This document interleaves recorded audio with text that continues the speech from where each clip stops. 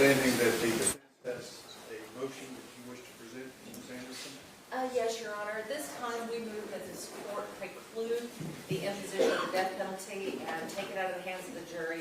The basis of this is the pervasive media attention that this case has garnered.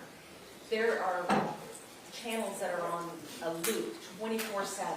It's all over social media, and it's not just a little bit. It's everywhere. We have people outside of the courthouse holding up signs and protesting.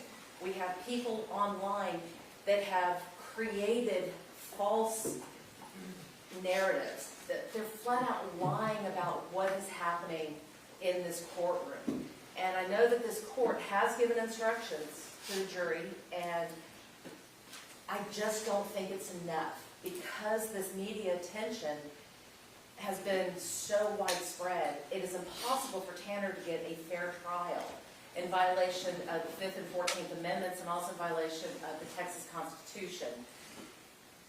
This case isn't just local. It's not just statewide. It's not national. There are international newspapers writing stories about it.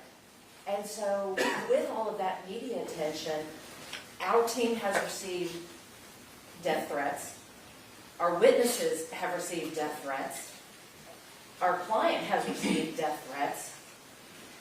And so what we're asking the judge to do, and what we're asking you to do, is to preclude the death penalty in this case, because that's the only thing that can remediate the publicity that they have.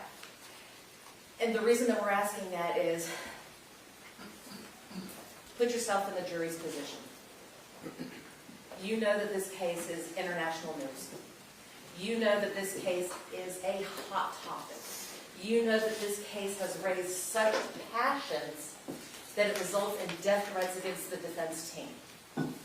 You know all of this. Now imagine you as juror going to church on Sunday, and the person sitting next to me, or sitting next to you, says, I know you're on jury duty. How'd that go? You were gone for 5 weeks. You must have been on that case. I can't believe you did X, Y, Z. So in taking away their ability to sentence them to life without repercussions from society and from their friends and from their community, that is the only way that Tanner can get a fair trial in this case. The court daily, even though it's not in the record, the court daily has admonished the jury in the jury room to stay away from media, to the point of last week, I didn't tell the lawyers this, one of the jurors asked me, is the case still getting a lot of attention? So based on that question, I am satisfied that the jury has been following my instructions to stay away from the media. Your request is denied. The jury is present. Are both sides ready for the jury? Ready. Defense? Sure. All right, let's go.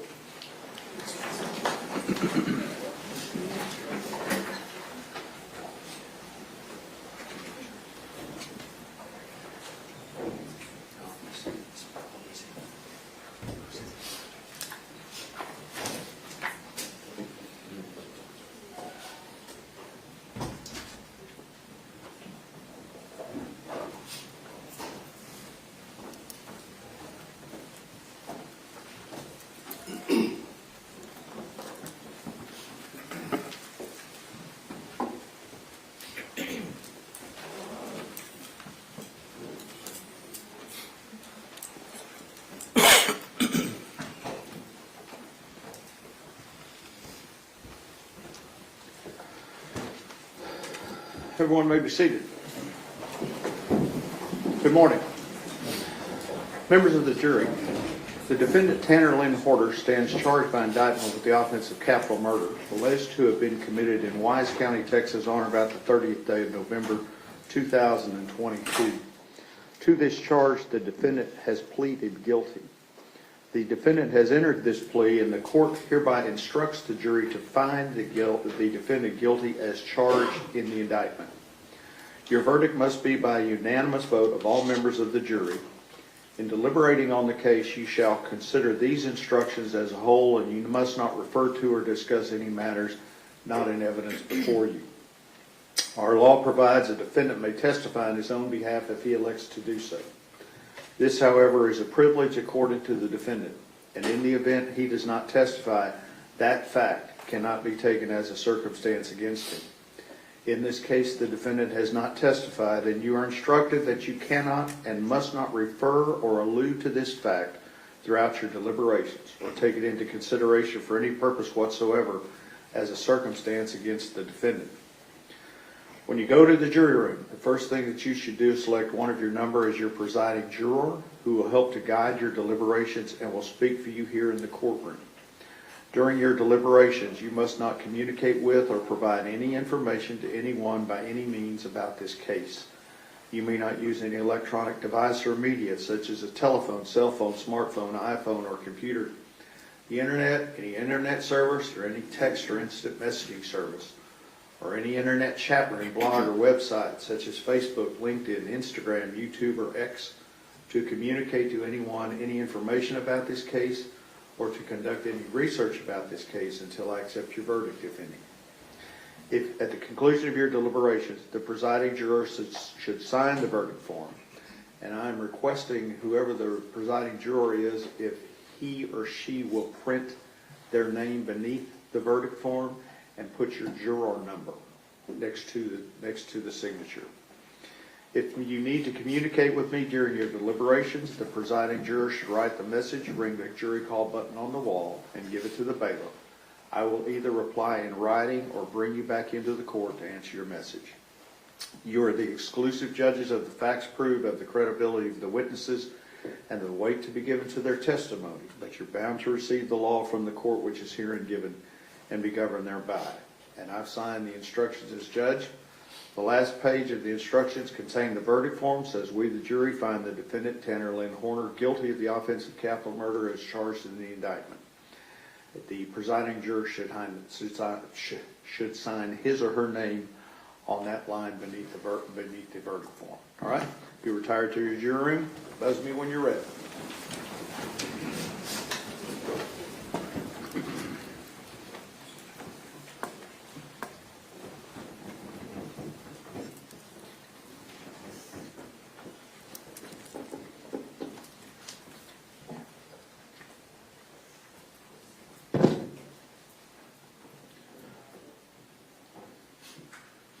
All right, we'll be in recess for a few minutes. Yeah, Coach.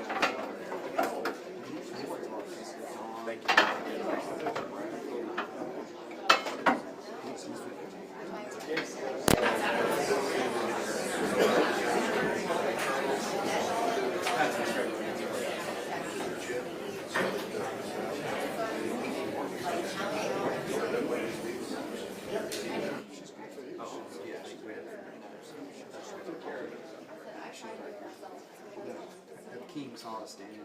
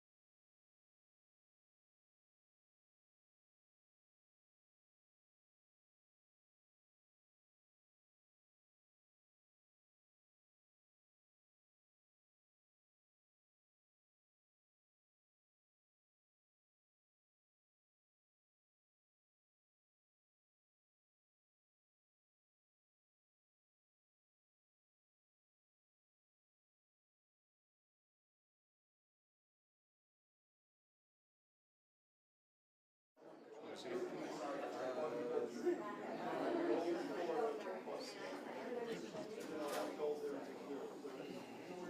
wearing a white shirt. His chief deputy wears a white shirt.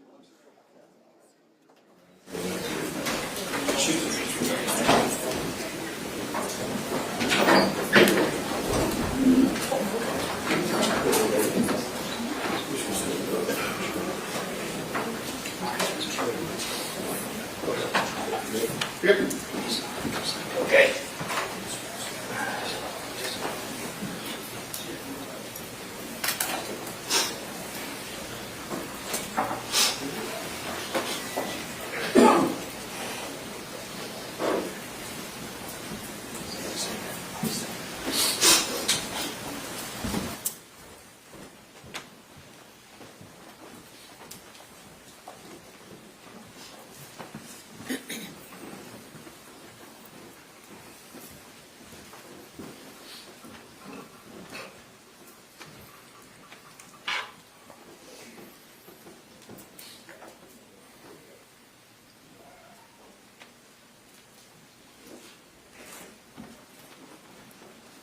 Everyone may be seated.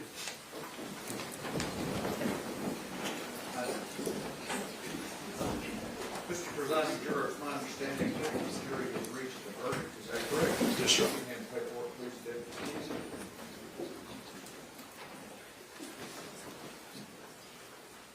Verdict says we, the jury, find the defendant Tanner Lynn Horner guilty of the offense of capital murder as charged in the indictment, and it is signed by the presiding juror. Does either side desire a poll? No, Your Honor. No, sir. All right. Members of the jury, I will now read you the instructions on punishment. Lawyers will then make their closing arguments. At the conclusion of the closing arguments, you retire to your jury and begin your deliberations on punishment. Okay? Members of the jury, the defendant Tanner Lynn Horner has been found guilty by you of the offense of capital murder. Therefore, it now becomes your duty to determine the punishment to be assessed against the defendant. Punishment for the offense of capital murder is by imprisonment in the Texas Department of Criminal Justice for life without parole or by death. In order for the punishment to be assessed, two special issues are being submitted to you. Before answering these special issues, if you can, you will consider the following instructions.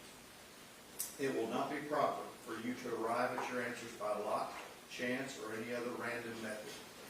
Your answers, if any, must be arrived at by a full, fair, and free exchange of the opinions of each individual juror. Each of you must decide the case for yourself, but only after an impartial consideration of the evidence with your fellow jurors. Do not give up your honest beliefs as to the weight or effect of the evidence solely because of the opinion of your fellow jurors, or for the mere purpose of answering the special issues. Special issue number 1. Whether there is a probability that the defendant would commit criminal acts of violence that would constitute a continuing threat to society. The prosecution has the burden of proving that the answer to special issue number 1 should be yes beyond a reasonable doubt. And if it fails to do so, you must answer special issue number 1 no. You may not answer special issue number 1 yes unless you agree unanimously. You may not answer special issue number 1 no unless 10 or more jurors agree. The members of the jury need not agree on what particular evidence supports a negative answer to special issue number 1. If any juror has a reasonable doubt as to the answer to the above special issue, the juror shall vote no as to that issue. In deliberating on special issue number 1, you shall take into consideration all of the facts shown by the evidence admitted before you in the full trial of the case, including evidence of the defendant's background or character or the circumstances of the offense that militates for or mitigates against the imposition of the death penalty and the law as submitted to you in this charge. Only if the jury unanimously answers special issue number 1 yes, will the jury next consider special issue number 2. Otherwise, the jury shall not answer special issue number 2. Special issue number 2. Whether taking into consideration all of the evidence, including the circumstances of the offense, the defendant's character and background, and the personal moral culpability of the defendant, there is a sufficient mitigating circumstance or circumstances to warrant that a sentence of life imprisonment without parole, rather than a death sentence, be imposed. You shall answer special issue number 2, either yes or no. You are instructed that you may not answer special issue number 2, no, unless you agree unanimously. You may not answer special issue number 2, yes, unless 10 or more jurors agree. The members of the jury need not agree on what particular evidence supports an affirmative finding on special issue number 2. You shall consider mitigating evidence to be evidence that a jury might regard as reducing the defendant's moral blameworthiness. You are instructed that if the jury answers that a circumstance or circumstances warrant that a sentence of life imprisonment without parole rather than a death sentence be imposed, the court will sentence the defendant to imprisonment in the Texas Department of Criminal Justice for life without parole. A defendant sentenced to confinement for life without parole is ineligible for release from the Texas Department of Criminal Justice on parole. The state has introduced evidence of extraneous crimes or bad acts other than the one charged in the indictment in this case. This evidence was admitted only for the purpose of assisting you, if it does, in determining the proper punishment of the offense for which you have found the defendant guilty. You cannot consider the testimony for any purpose unless you find and believe beyond a reasonable doubt that the defendant committed such other acts, if any. Our law provides a defendant may testify on his own behalf if he elects to do so. This, however, is a privilege accorded to the defendant, and in the event he does not testify, that fact cannot be taken as a circumstance against him. In this case, the defendant has not testified, and you're instructed that you cannot and must not refer or allude to this fact throughout your deliberation, or take it into consideration for any purpose whatsoever as a circumstance against the defendant. You have heard evidence that the defendant made an oral and recorded statement on December 2nd, 2022, and on December 7th, 2022.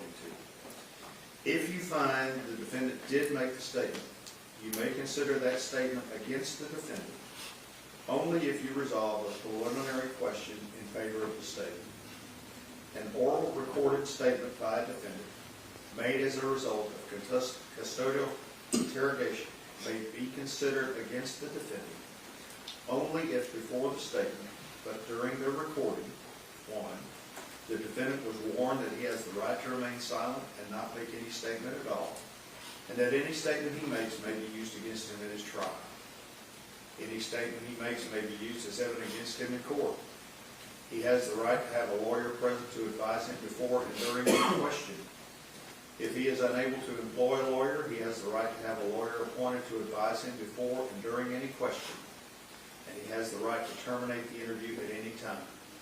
And 2, the defendant knowingly, intelligently, and voluntarily waived the rights set out in the warning.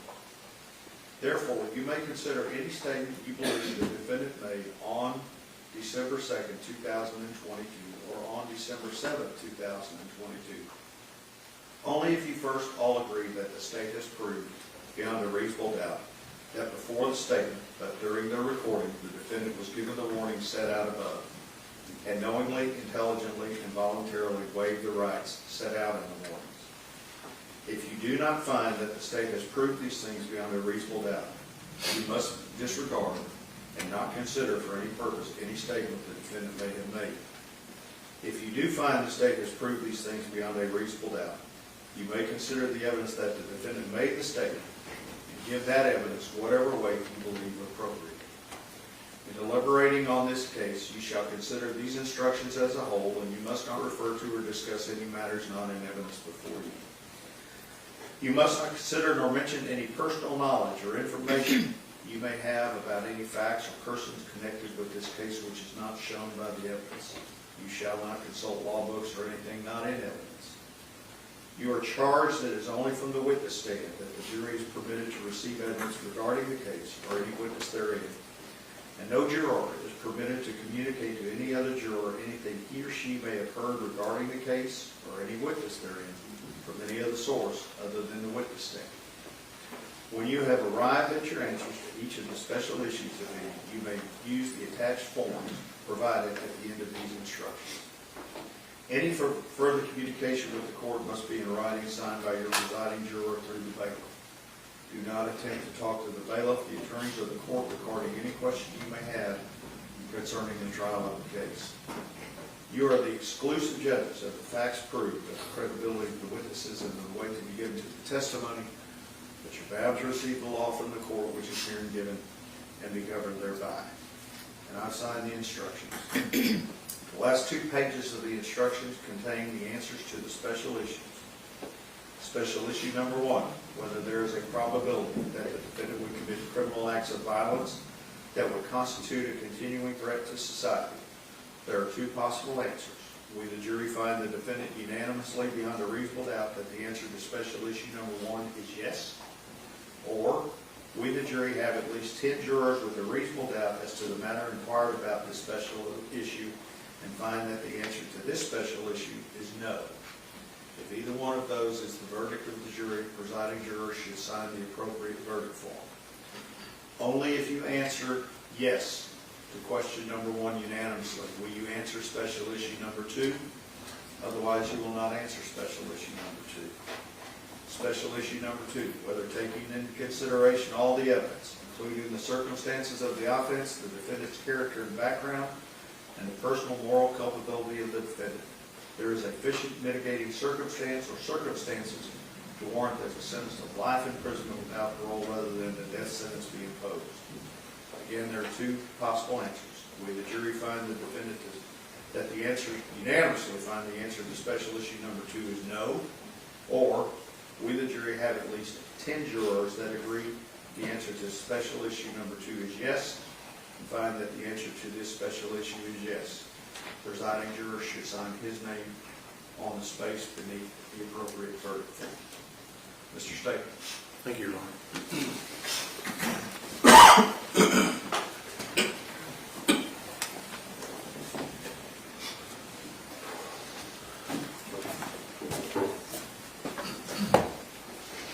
It's been a heck of a month. I want to thank you up front for being so attentive and giving us your time away from home, away from your families, away from work. We appreciate that. The way it works today is I've got a few things to say. The defense will have a few things to say, and then I will finish, and you will get the charge of the court that the judge just read you. I'm not going to go through all the evidence in the case. I don't have enough time. The judge gives me an hour, and then I get the hook, so to speak. But I do think there are some things that are important. And this is the number 1 thing that I think is most important right here. This is what's most important. This is why we're here. This picture sat in my office for months. And I looked at it every day. And it's a reminder on those days, why do I get up again? Why do I keep doing this? And this picture was taken, she didn't know she only had 4 days left to live. So that picture was taken. When that picture was taken, I didn't know that 6 days after that, I'd be talking to my sheriff, and you heard from him, a former Texas Ranger, a fairly grizzled veteran of law enforcement, that I'd be sitting there with him and not a dry eye between us. I knew then that I would be here in front of you. But why are we here? We're here for her. We're here for her memory, her voice, a little bow on her head, smile on her face, love in her heart. That's why we're here. She can't seek justice. We're here for her. When you all got qualified and we went through the whole process, we talked about a lot of things. And one of the things that I think we talked about is the death penalty, and a lot of people are reluctant on that, and we should be. And it should be used in only the most extreme cases. Now, those cases, intentional, cold-blooded, planning, or premeditation, victims that can't help themselves. Children. Cases where the victim is sexually assaulted prior to their death. Cases where there's no mercy shown to the victim. Cases like this. This is what, and the reason why that Texas keeps the death penalty here.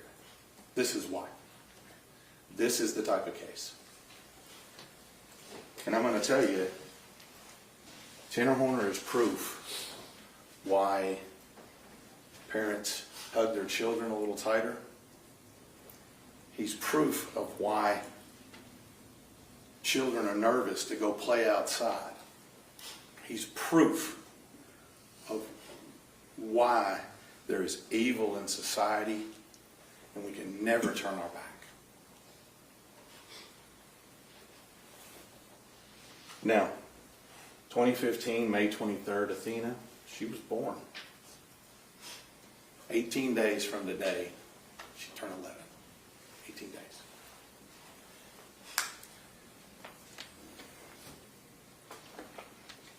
If you remember on opening, we talked a lot about past tense.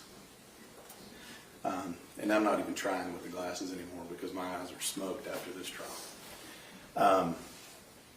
We talked a lot about would. We talked about past tense. And I think it's important. We've heard a lot about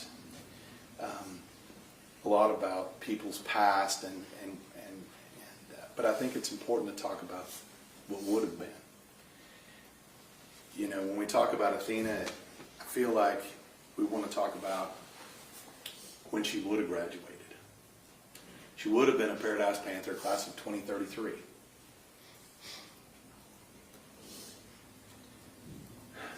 She would have celebrated her birthday party in 18 days. And I can promise you there would have been an overload of pink. That's all would. Okay. The other questions we look at is the future. We look at, when you look at it, you ask yourself, who would she marry? Who would be her first boyfriend? Real boyfriend. Some things that I thought about is what kind of shoes would she wear under her wedding dress? Those things are important. Who would she marry? Right? What kind of job would she have? That's what's important here. Her future. And the fact that Tanner Horner cut that short. Brutally cut that short. So that's why we're here today. Tried to do all this by memory. It just doesn't happen. I've been here 5 weeks now. It just doesn't happen. So the big thing here is this case is going to require a tough choice. We all know this. But the right thing is often the toughest choice. Now, we're taught as baby lawyers, we're supposed to get up here and bring all the fire and brimstone. And I can assure you, I can generate some fire and brimstone. But this isn't the case for it. I can't do any more or say anything more than what you've already seen on that screen. There's nothing I can do. There's no amount of fire and brimstone. There's no amount of jumping up and down and being like that could ever come close to what you've already seen. And I'm not even going to try. The evidence in this case, I'm not going to go through it because it is massive. But the big point of all of this evidence is this. If you start at the beginning, you know the facts. You heard the facts. When I came up here in opening, I told you I was going to put you as close as you could be to actually being there. And I did not lie.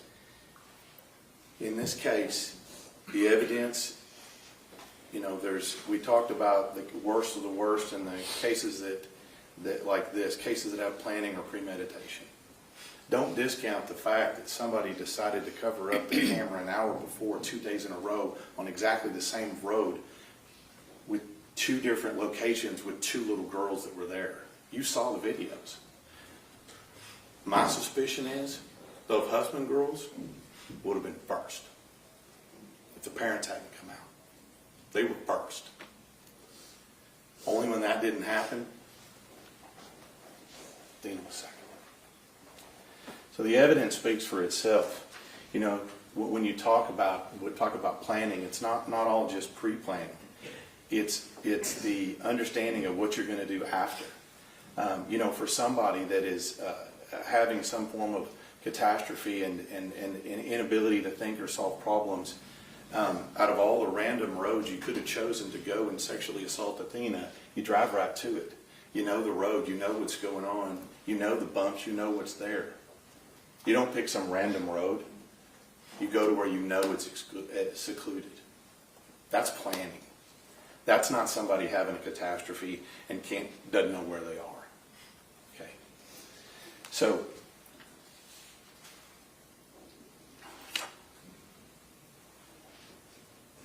we know what he wants. We know because you heard it. One. Judge, can we approach?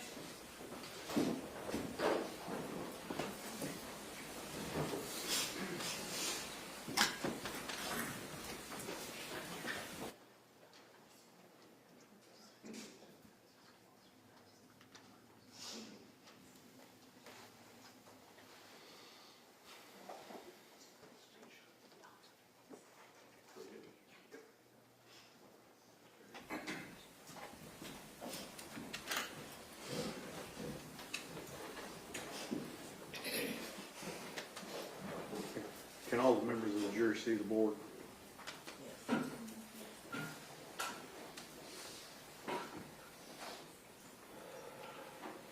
Courtroom's a little small.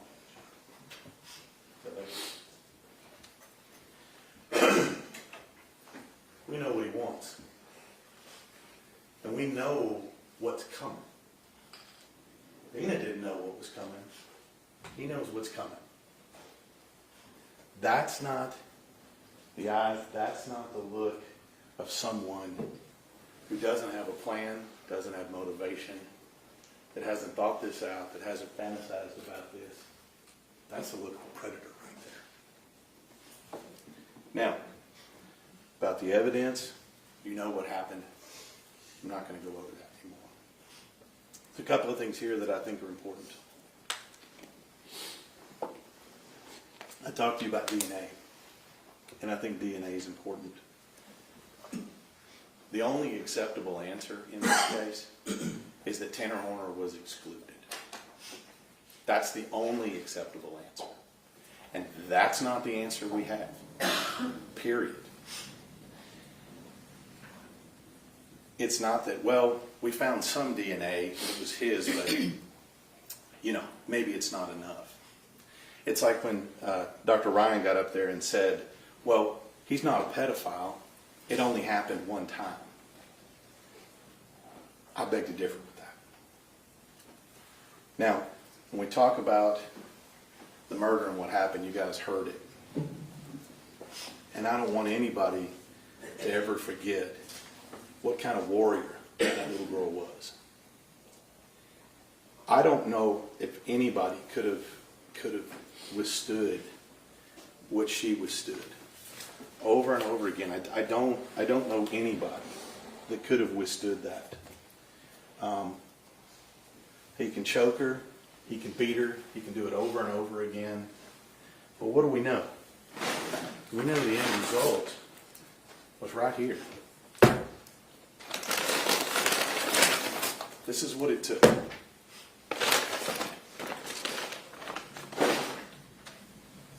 That's what it took to beat the life out of her. And I think that is key to this entire case. If the facts were not bad enough, if the sexual assault wasn't bad enough, the level of violence that one person can inflict on a child, including stomping them with a pair of shoes,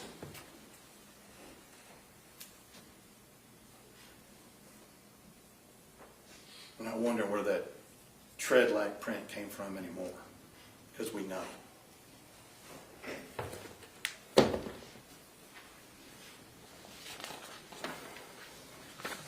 Now, like I said, the defense is going to get up here after me. They're going to have some things to say as well. That's how it works. Okay. But what I anticipate is going to be a continuation of what you've already heard. His brain's broken somehow. He's got all these conditions. He's got all these ailments, all these things. He may have some or part of those. Apparently, according to Dr. Young, he even got low T. We even got the lead paint guy. Now, I don't know about the lead paint guy. I don't know if it works or not. I don't know if his little homemade zapper works or not. I honestly don't know. But what I do know is this. If you're going to come in here and try to convince us that somebody has all this lead in their system, it's causing all the problems, why do you test anybody else? I mean, if you want us to believe you and all this stuff's going on, why don't you test the other people in the house? I don't think you want to know the answer. That's why you don't do it. So when we get up here, it's going to be a lot of talk about second chance. There's going to be a lot of talk about, maybe mercy. There's going to be a lot of talk about, his deficits and disabilities and things of that nature. But let's remember this.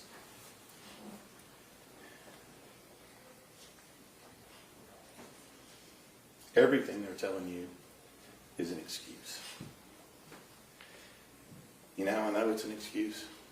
Because it took 6 or 7 experts and $500,000 to come up here and tell you it's not an excuse. That's how you know.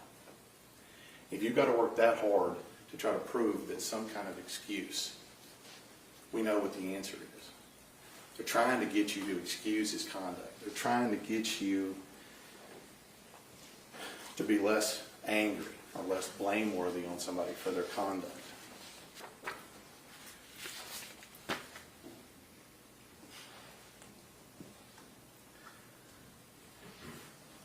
I submit to you the truth and the facts and circumstances are what's most important. What he did is most important. Now,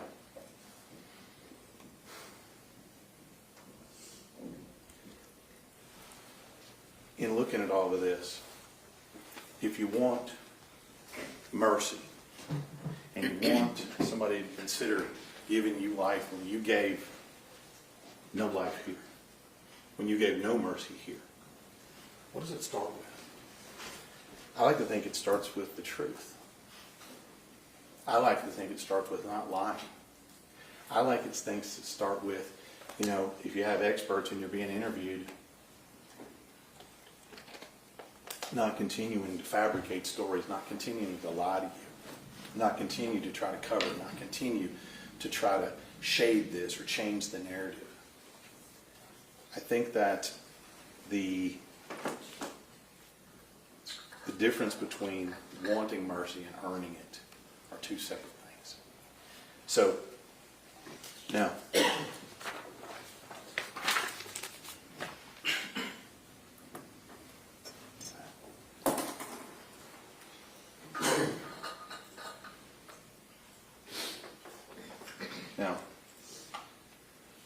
what you've heard for the past 2 weeks is that the person driving that vehicle, you can see it right here, this person right here driving this vehicle. You've heard for the last 2 weeks about every form of ailment one could possibly have. And you heard about the last 2 weeks how that person can't cope, has stress, has the inability to do basically anything on the earth whatsoever, that essentially is incapable of doing anything. If you have any doubt about that, watch the 8 minutes of this video right here, from when he pulls in to Athena's driveway until he covers up the camera. If you have any doubt about somebody's ability to do and participate and be out in the world, watch that video. Because it's real, real clear. That's an individual who knows what they're doing.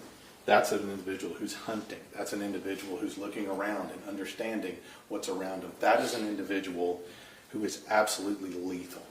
That's an individual who targeted somebody, found somebody, tricked somebody, got them into the vehicle, You all saw when he took his hand and he put it over her mouth. He knows what's coming. You all saw right here. You all saw right here. Bungee cords, trying to tie somebody up. You all saw that. This is not an individual that's on some form of stress-fueled catastrophe. And the cocaine nonsense, come on. Just another lie. Just another lie. But guess what? When you know that you've been caught covering up the camera, when you know you've been caught, what do? You come up with another lie that fits your narrative. That's what you do. And that's what's happened in this case. It's lie upon lie upon lie. This person driving this vehicle, cool, calm, and obviously, you know, lethal. So, are you going to believe what you hear up here, that this person is basically can't even get up in the morning? Or are you going to believe your eyes and what you see and hear?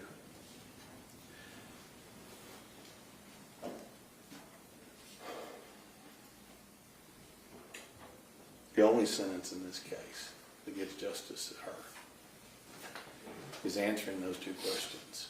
Yes and no. Thank you, Judge. Mr. Goble.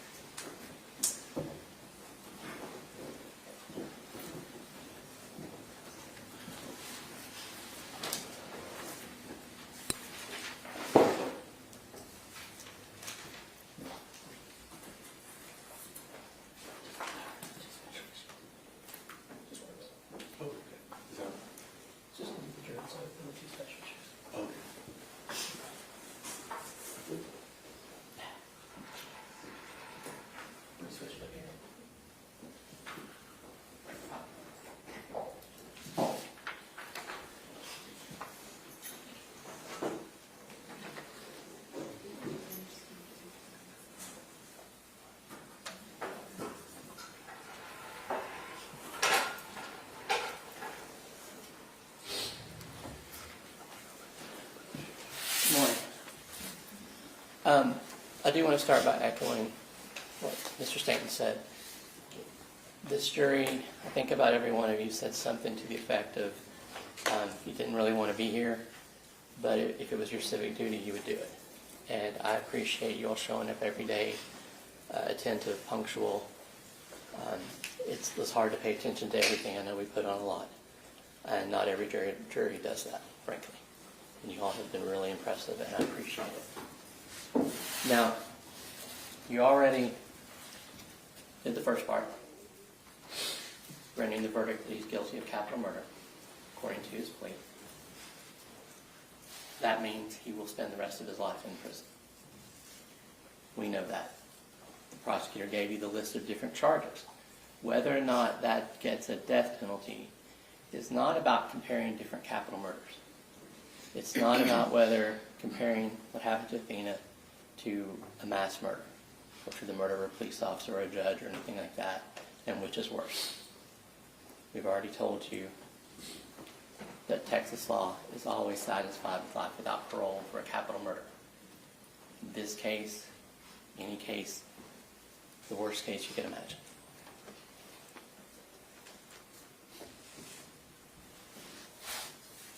We talked about what you would do in the punishment phase. Is different than the fact-finding phase. It's different than that guilt-innocent phase. I told you that it's going to be your individual moral judgment. Now I want to point out to you in your punishment instructions, the judge included some language in here, just what we told you before.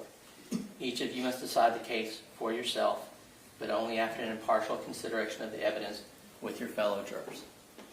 Remember, we talked about what deliberating means. We're attorneys. If we meant for you to argue, to fight, to berate each other, we know what those words are. The judge put it, an impartial consideration of the evidence with your fellow jurors.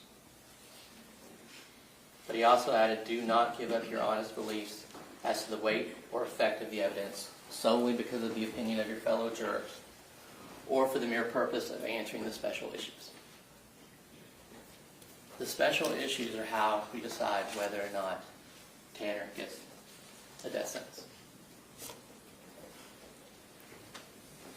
I am completely satisfied that all of you took your oath and meant it.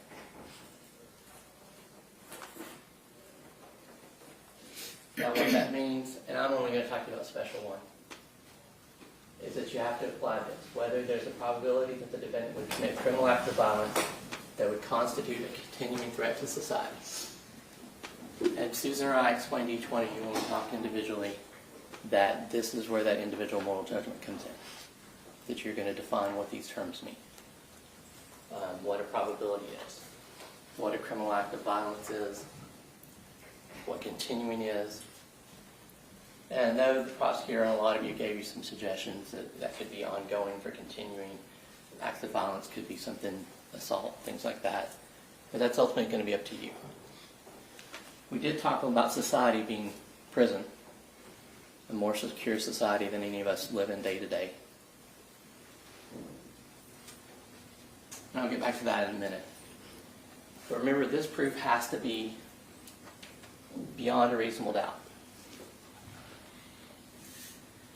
I told you before, I gave you the sample. All that language is still here.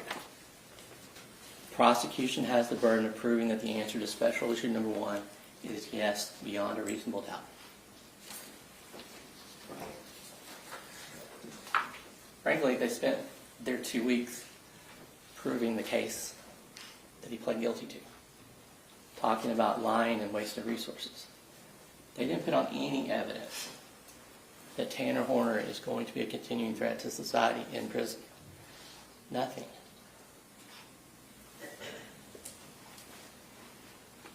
Your instructions are you may not answer the special issue number 1 yes unless you agree unanimously.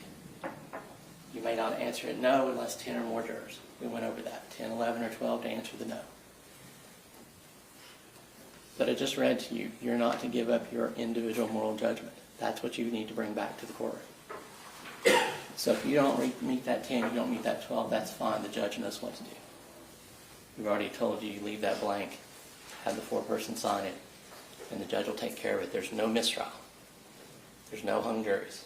This is capital punishment and it's different.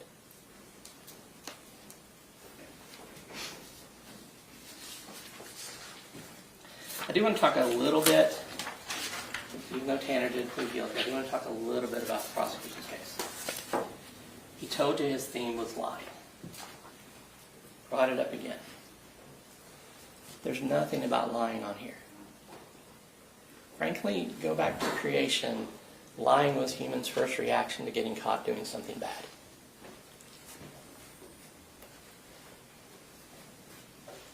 Deputy Amy handled every piece of physical evidence in this case, handled every photograph.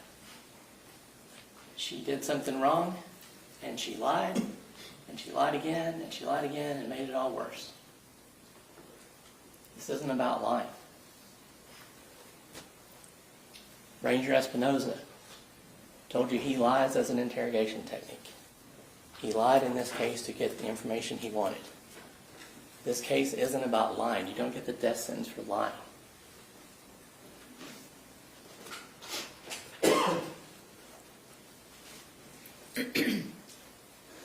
There was a theme with our experts. Every one of them, they asked them about insanity. Tanner pled guilty. We didn't raise the not guilty by reason of insanity defense. That was a waste of time. They argued that Tanner wasted resources. But they played you that December 7th video. Now, had I been his attorney on that date, I would have wanted to be there. I don't think it's right that you interrogate somebody after they have an attorney appointed for them, or when they're asking for an attorney. But they did it anyway. And what he did was offer to plead guilty, to plead no contest, to accept a minimum of life without parole. And he wanted out for Christmas, and they mocked it. He wanted out for Christmas with his son, and they made fun of him. Like that wasn't reasonable. He could have been out that day if he'd had cash. He had a bond. Him going home for Christmas was not unreasonable. Beginning a negotiation with an offer and an ask is what happens every time. Most cases in America don't go to trial. They're pled out. Now the answer can be, no, we want you to plead guilty. No, we're not going to agree to a lower bond. That's what negotiation is. Frankly, if you go to buy a house tomorrow, you're going to make an offer of what you're willing to pay for it, and you're going to ask for the refrigerator, or for closing costs, or for something else. And the other party may say no, and you may still end up buying the house. This case could have been over in December of 2022. No one took it seriously. I don't even know if it went to the prosecutors. Definitely didn't get to a judge. That wasn't ridiculous. Now, yeah, you've seen his videos. Everything Tanner does is off. So maybe they didn't take him seriously because when he made his offer, he sounded weird. Oh, of course we're not going to let you out for Christmas. He could have been out that day. $1.5 million bond. It's America. If he had cash, he would have been walking.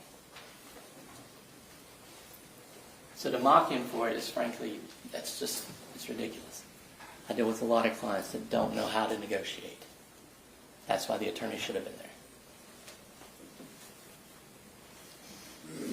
The other thing that's kind of frustrated me in this case is and I hate to belabor it, but kind of the misrepresentation of some of the evidence. Going back to the medical examiner's report, and you have all these reports. So if you're interested in any of them, you want to look at it, you can. Medical examiner testified and put in her report, the external genitalia, anus, and perineum are unremarkable. No trauma is appreciated on the vagina, or the vaginal labia, or within the vaginal vault. The vaginal hymen is present, intact, and unremarkable. No trauma is appreciated within the anus or the perianal skin. Prosecutors and medical people are allowed to tell you that evidence of sexual assault in a medical examiner's report is proof, but absence of it is not disproof. That's illogical, but that's how that is. No fractures were palpable within the facial bones. No fractures anywhere in her body. The other thing that isn't in her report, but she testified to, was that her autopsy tech did the DNA, the swab for the DNA. She testified here that her tech swabbed inside and out. There are no swabs of inside the cavities. There weren't separate swabs. Why that matters is when you actually read the DNA reports, and I'm only going to bring up 3 of them because that's all that really mattered. There's a lot of reports that had DNA on his own clothes. Whatever. Starting with this April 19th, 2023 report. Quesada testified to it.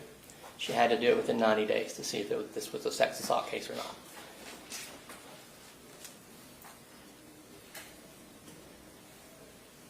The phrases epithelial cell fraction and sperm cell fraction don't mean what you think they mean. It tells you right in this report. Quesada testified to it. Epithelial cell fraction could contain semen. Sperm cell fraction can contain skin cells. The notations of epithelial cell fraction and sperm cell fraction are for sample tracking purposes only and are not intended to indicate the source of the DNA. This April 2023 DNA analysis, the likelihood ratio indicates support for the proposition that the suspect is excluded as a possible contributor to the profile. So this first DNA sample excluded, it was someone else's DNA. They also put in here, remember Quesada testified to this, and I think Ferreira too. The only way to figure out if a sample is semen is to look under a microscope for sperm cells. They didn't do that. This first report in April 2023 tells them, please note, that no testing to confirm the presence of semen was conducted on the vaginal swabs. If testing to confirm the presence of semen is needed, please contact this laboratory for instructions. That's how you would have figured it out. Nobody did that. Then they come back with a supplemental report. This update is not due to an error in previous testing. It's just a repeat of that April 2023 report 2.5 years later. So 2.5 years later, and they tell you which is fair, I guess, that this is just wordplay. At the request of the Wise County District Attorney's Office, this supplemental report communicates the results using new guidelines implemented on November 28, 2023, involving the addition of verbal scale qualifiers. So they come back around, print the same report, but this time they change it to the likelihood ratio indicates limited support for the proposition that the suspect is excluded. And they don't include the language about how to check, how to find out if this is sperm or not. Probably because they already did the same report on the Y-Star. This is the DNA Y-Star from September 15, 2025, 2.5 years after the first one.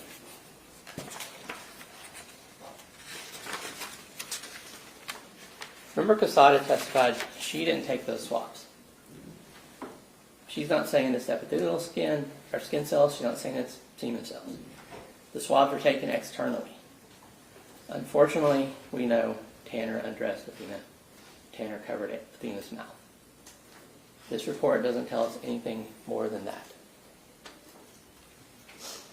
I had a brief discussion with Ms. Casada about how little DNA was there. It's an infinitesimally small amount. Every time it got brought up, I tried to object that these were somehow proof of sexual assault. They're just not. The medical examiner's report and the DNA reports.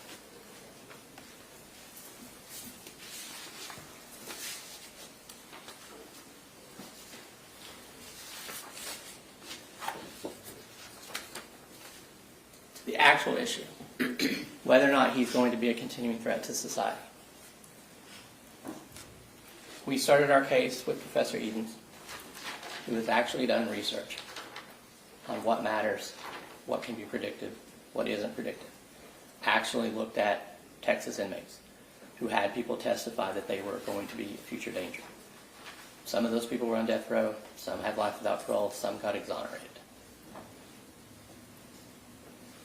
Proven they weren't guilty and they went home. But all of them had people saying that they were going to be a future danger without any research to back it.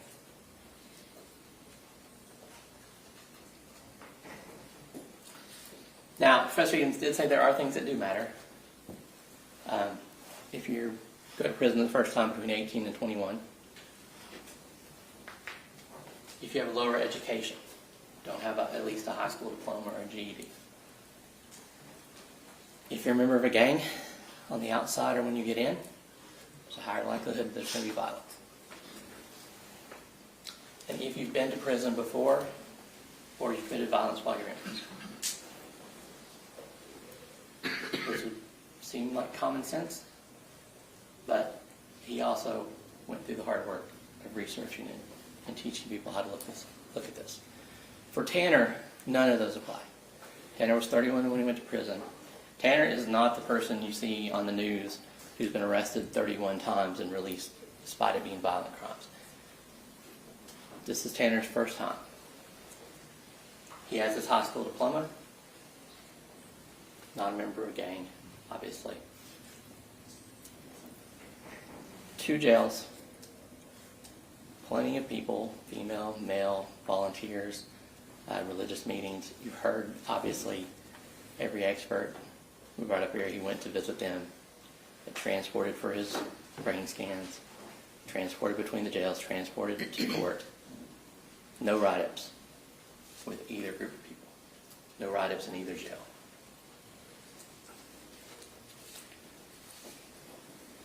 Then, yesterday we got to hear someone who's actually putting these kind of ideas into practice.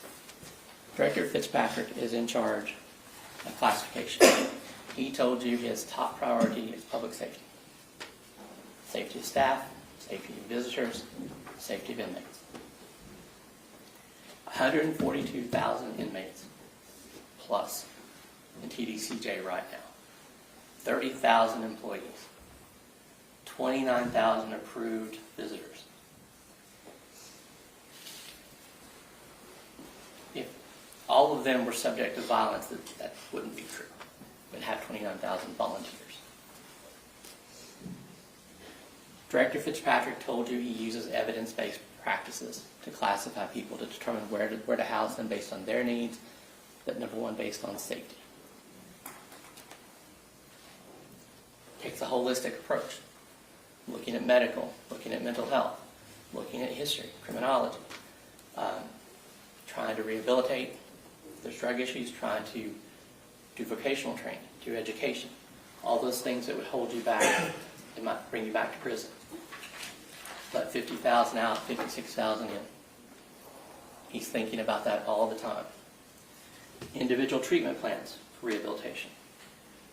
Complete medical and mental health workups before they do the classifications to know what they need, where they're going to need to be housed. 34 facilities that all have different ways to house somebody. There's a classification profile for each inmate that's constantly updated. Incentive programs. They try to make like parole is the only incentive. It's not. Where you're housed, whether you can work, freedom to move about. Those are all incentives. Remember I told you, yes, this is a society, but it's not our society. This society has 24/7 security. It has trained staff. It has appropriate screening for the visitors. I'm trying to make it sound like they're walking around here, but no, mass movement is when a group of people have a place to be, and they have to be moving to where they're supposed to be. Otherwise, individually, you have to have that path and be going where you're supposed to be going. It's not a free-for-all. And ultimately, their expert said they have a reasonable and effective way to house someone who's been sentenced to life without parole while ensuring the safety of the public, the staff, those visitors, and the inmates. Did have one point of contention. Athena Strand testified. And I will tell you, I've had a lot of cases where someone was supposed to testify that was in the jail with my client. It's the first time it's ever happened. I'm glad it did. I found him interesting. But he disagreed with Director Fitzpatrick that there are predators and prey in prison. He said there are wolves and sheep. And to his face, he kind of had to describe his friend Tanner as an itty-bitty little baby lamb. He's trying to prepare him for what he's moving into. But you've heard what a struggle that is. And finally, you don't have to believe any of these. You've seen it with your own eyes. The state played all these videos for you. You've seen what Tanner's like around authority figures, around security. You can see how threatening they thought he was. The arrest video, completely compliant, no resistance, does exactly what they tell him. He asked about maybe moving his cuffs because they were uncomfortable. They just took his cuffs off. I'm worried about him. Standing there, drawing on the board, they're standing right next to him. I don't even do that always with all of my clients because you never know. I have some that are dangerous. Tanner's not. They stood right beside him. Nobody was worried. They drove him around looking for Athena. No incidents. They put him in the front seat.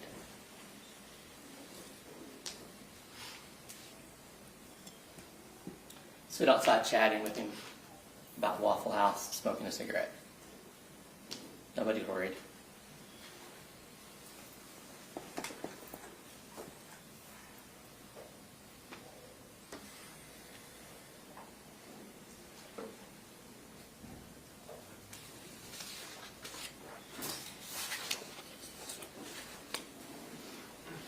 And while tried to give you evidence, the state played those videos for you. Ultimately, the burden's on them. They have to prove beyond a reasonable doubt that Tanner Horner is going to be a continuing threat to society in a prison setting with his classification, G3, with their constant workups, with the many housing options they have, that he's going to be a continuing threat to society, and he just isn't. So that's where we come back to that oath that you all took to follow the law. And this is the law. The law isn't that you get the death sentence because that capital murder was worse than another capital murder.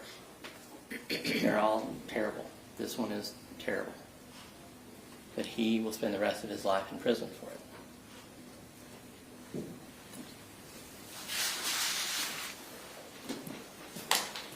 Sanderson.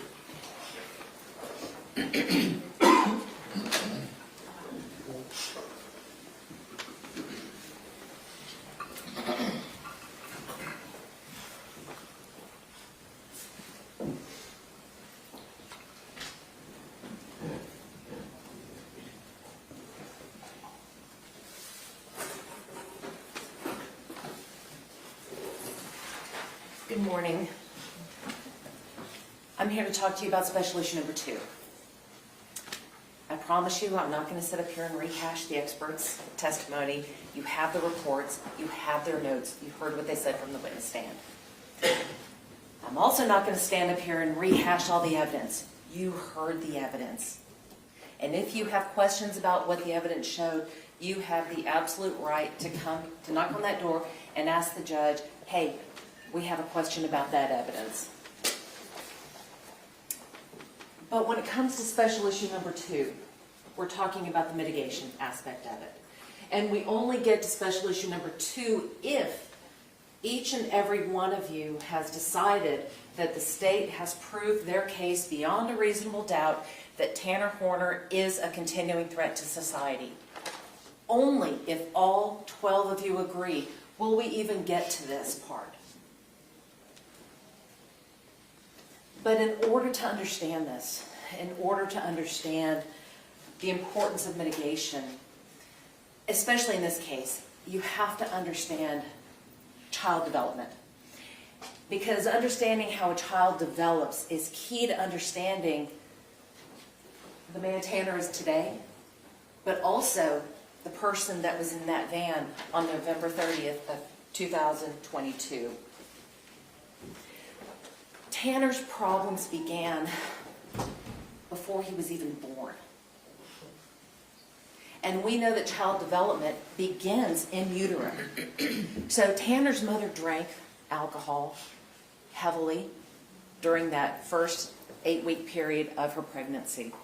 We also know that she smoked cigarettes. We also know that she smoked marijuana. And the result in this case was a diagnosis of fetal alcohol syndrome disorder. Now, FASD is a neurodevelopmental disorder that is characterized by emotional dysregulation, cognitive impairments, problem-solving abilities, and other issues. Now, how do we know that FASD is a valid diagnosis? It was supported by the testing. It was supported by imaging. You have the reports, you can read those. The fact that he was diagnosed with fetal alcohol syndrome disorder is uncontroverted.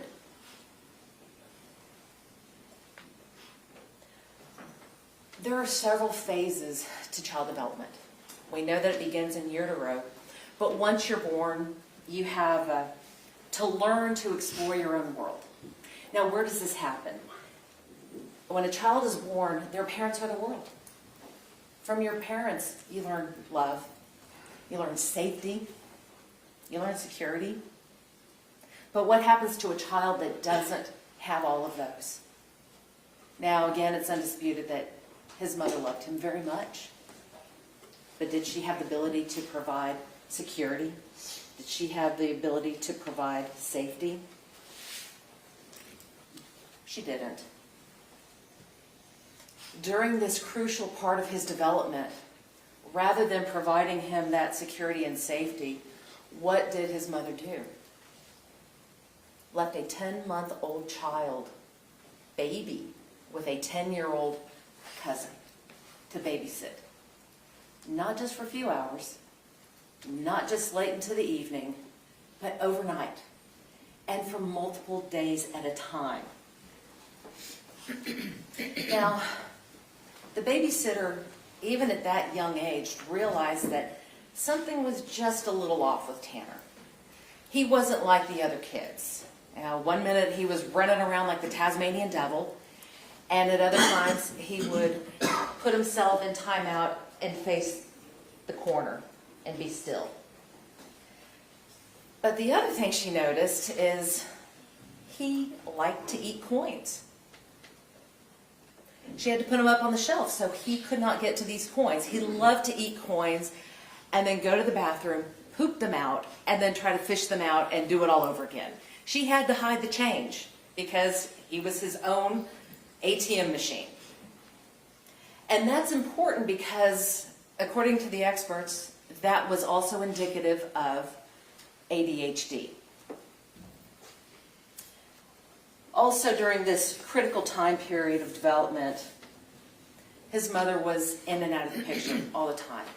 We know that she had her own issues. We know that she was in and out of jail. We know that she was in and out of drug rehab facilities. But that impeded Tanner's ability to have attachments. And Dr. Brahms talked to you about the importance of having a parent with whom you can form attachments. She talked about how important it was to have a parent from whom you can learn your coping skills.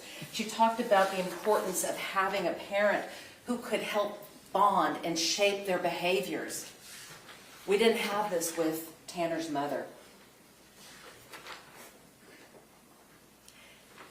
She's a brave woman in many respects. She was brave enough to recognize that she could not provide for her son in the way that she wanted to. She had the desire, she did not have the ability. So she did the most heartbreaking thing that I think a parent could ever do, and that is give up her son to her mother to raise.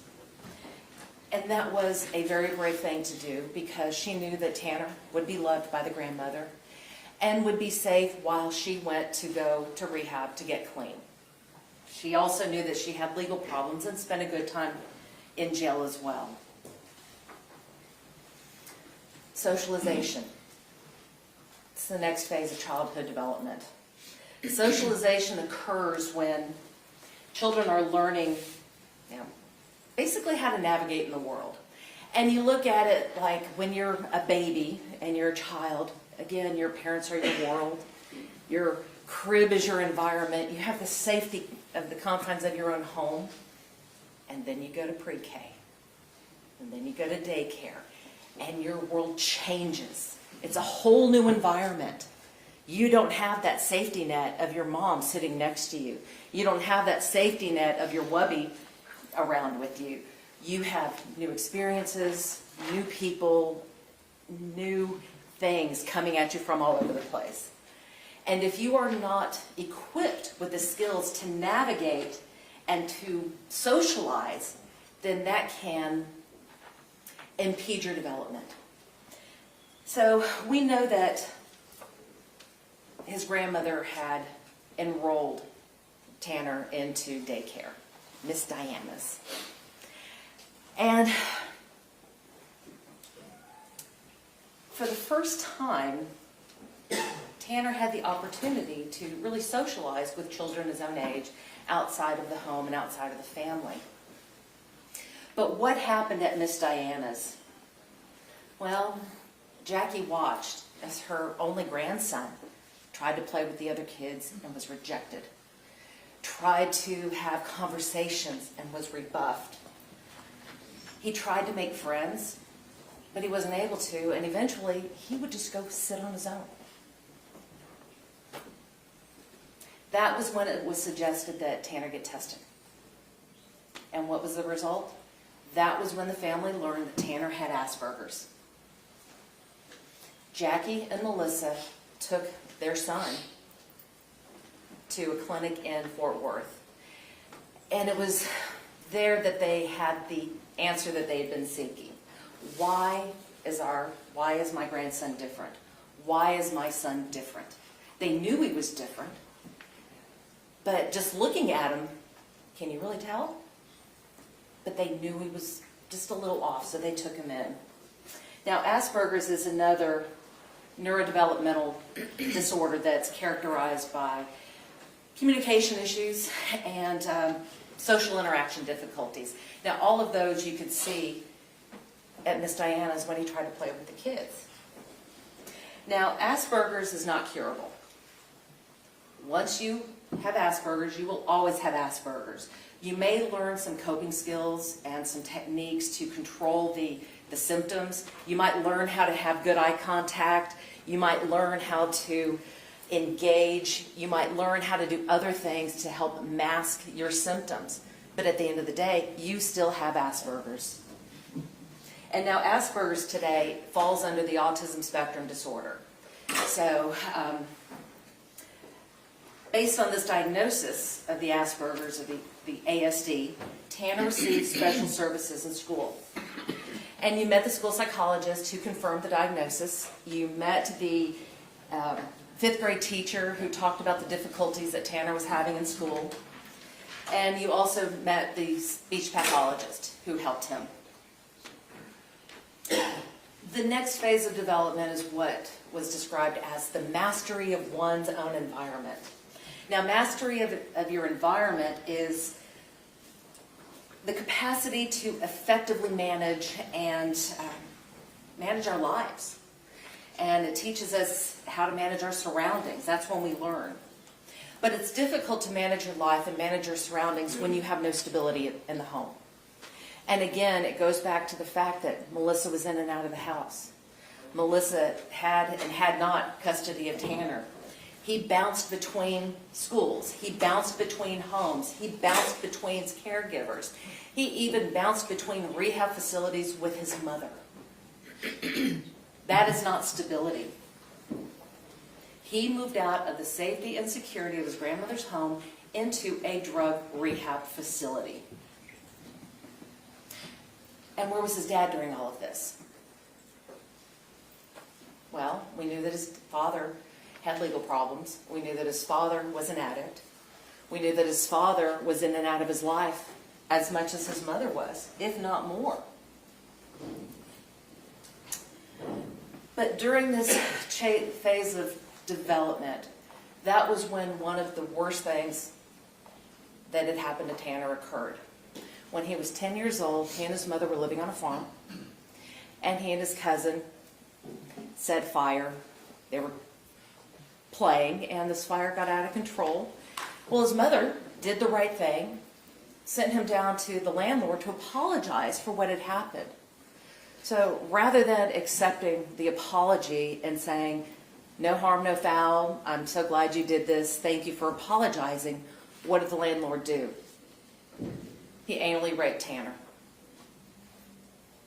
All because he accidentally set fire to a field. And we know that the records reflect that he had issues in school during that time period. The medical records reflect that he had issues with hemorrhoids and constipation. All of those are indicative of that type of trauma. We also know that he had difficulty admitting that and talking about it to the experts that were involved in this case. And that's not uncommon either. So after having suffered that trauma, Tanner transitioned into middle school, where he was still receiving services. Now again, you met with or you heard from the in-home facilitator who tried to teach him social skills. And he was responding, did a great job. She loved hanging out with him, loved taking him out into the community, loved watching him develop. But she also talked to you about how difficult it was at home because, as much as Jackie loved him, she just wasn't getting it. As much as Bill loved him, his grandfather, he just wasn't getting it. As much as his mother loved him, she still wasn't getting it. And she and Melissa and Bill, none of them were allowed to continue with, and none of them followed through with any of the lessons that the in-home facilitator taught. And she said, he still needs them. But the school decided they were going to discontinue the services.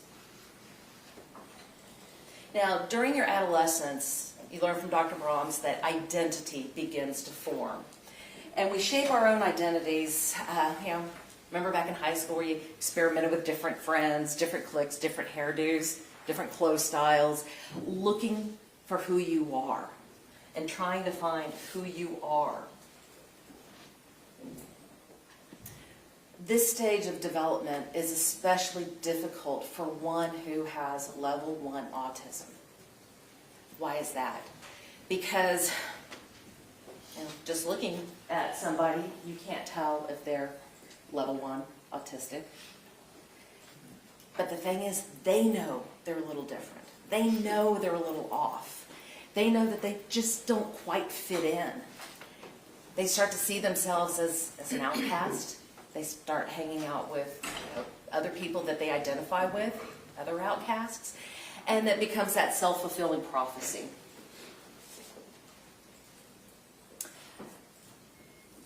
When we talk about identity, we have to ask ourselves, what is it like to be Tanner Horner? And Tanner described himself as being an android when everybody else is an apple. And he feels like a robot, but that defaults to human emotions. And that's important because it shows that he recognizes that he's just a little different, but so wants to fit in. The other thing that Dr. Brahms talked about was how important it is to have someone in your life during this critical phase that can encourage you, that can recognize your successes, give you that positive feedback that you want and that you need. He didn't have any of this. Again, he had a mother who loved him, but she was struggling with her own issues, the legal problems, the drug addiction, her own personal trauma. He had a grandmother who loved him, but she was also struggling with her own personal traumas, the traumas that she herself suffered, the traumas that were inflicted upon her daughter that she harbored such guilt for. She also had her own physical health to contend with. The last phase of childhood development that we learned about was emancipation into adulthood. And that's where we talk about where we have developed coping skills to become the integrated adult that we are. Now, what do we mean by an integrated adult? Well, that means that be able to absorb what is around you and take that in and make your decisions based upon what you've learned.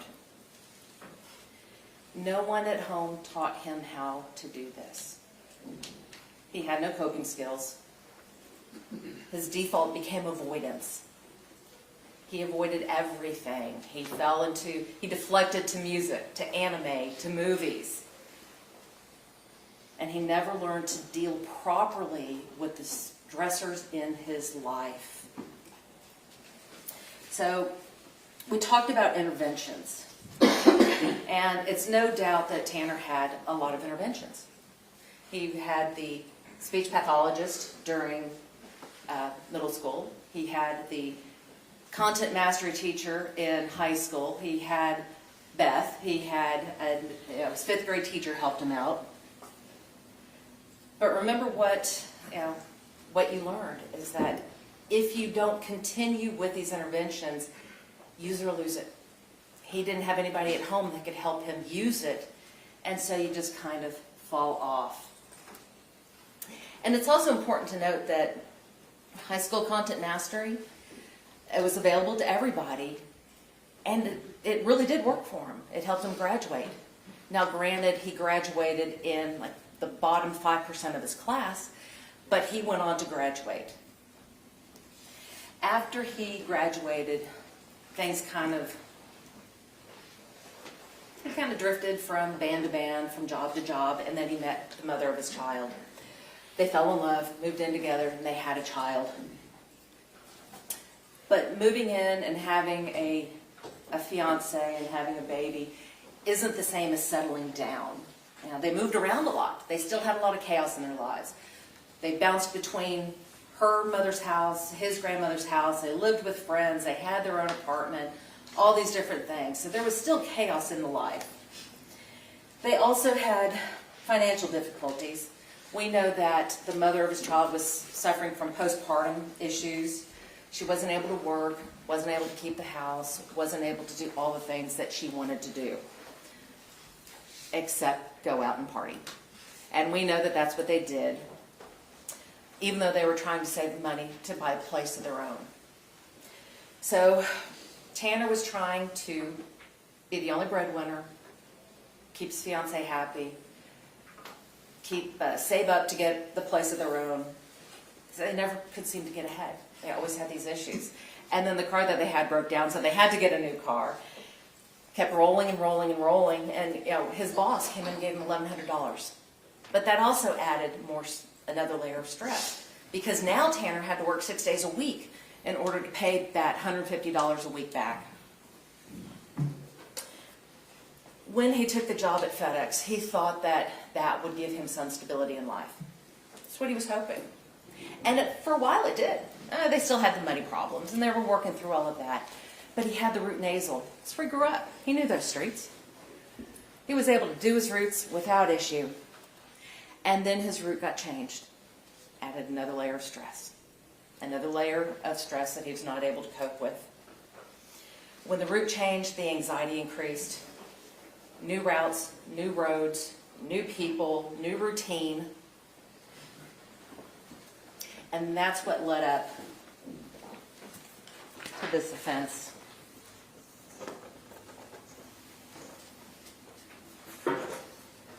We don't forget Athena. We don't. Because on November the 30th, 2022, Tanner did something that changed the lives of all of us. Every single person in this room has been affected by Tanner's actions. On that day, Tanner delivered the packages to Athena's house, Barbie's. And he got out, delivered the package, decided to snort a little cocaine because he had had insomnia, was tired, had all these other issues. And she saw him, and he thought that she was going to tell on him. And if she told, he would lose his job. If he lost his job, he would lose his car. If he lost his car, he wouldn't be able to have transportation for the baby. If he didn't have transportation for the baby, something could happen. He couldn't do this. It just kept snowballing in his mind. Now, there was no planning. There was no premeditation. There was no preparation. You kept hearing about all of these stickies being put on the lens cover. But let me ask you this. If you were planning to abduct a child, would you cover the lens cap before you did it or after you did it? It doesn't make sense, and that's where their assertions fall apart. It does make sense that he would have covered a lens cap to hide the fact that he was vaping weed. It does make sense that he would hide the lens cap or cover the camera lens if he was snorting some cocaine. It does make sense that he would do all of that, but it doesn't make sense that he would wait until after she was in the van to cover the lens cap. All of this was caught on video and audio. And like I said, there is not a person in this room that heard that was not deeply affected by that. We all were, and we all will have to carry that with us for the rest of our lives. No one should have to go through what Maitland Gandy and Jacob Strand went through. No one should have to bury their child. And when a child is taken in the way that she was taken, it's natural for us to be angry.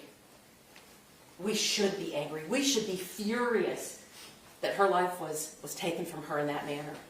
We have every right to be, and we should be.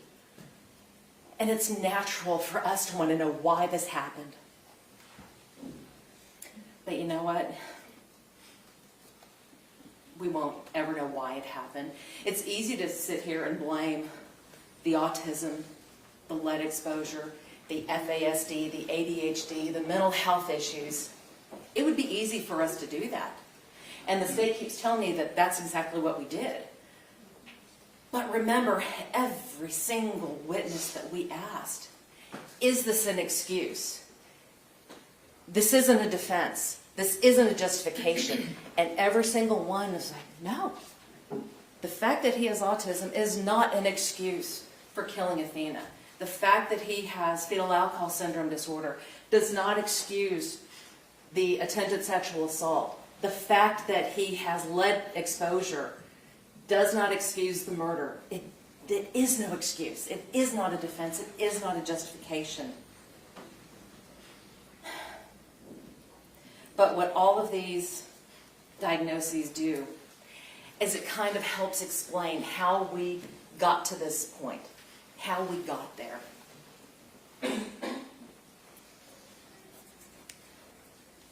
Now, the state wants you to believe that unless you're sitting in a corner drooling all over yourself, you are not impaired.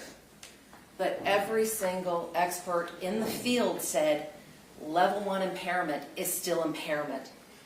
Mild is still impairment. Moderate is still impairment. You just aren't a little pregnant. You either are or you're not. You are not a little autistic. You are or you aren't. You are not just a little alcohol exposed. You are or you aren't. There is no,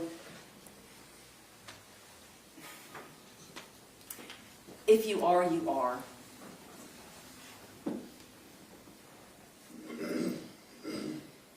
So the important thing to remember about these diagnoses is that they are not what we call additive.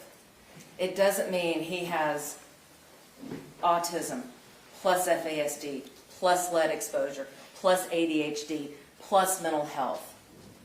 That's not how it works. All of the experts testified that this is a compounding issue. So it would be autism times FASD times ADHD times lead exposure times all the other mental health issues. And so it doesn't boil down to, well, you had bad upbringing, you didn't kill anybody. Well, did that person also have autism? Did they also have FASD? Did they also have ADHD? Did they also have lead exposure? So we have these false equivalents going on throughout the state's questioning. It isn't a false equivalent. It is a compounding issue. So, again, what does it all mean? We know that Tanner had a history of catastrophizing. We know that. And in the most simplistic terms, it's making a mountain out of a molehill. And when he thought that Athena saw him doing cocaine, it never dawned on him that she wouldn't know what it meant.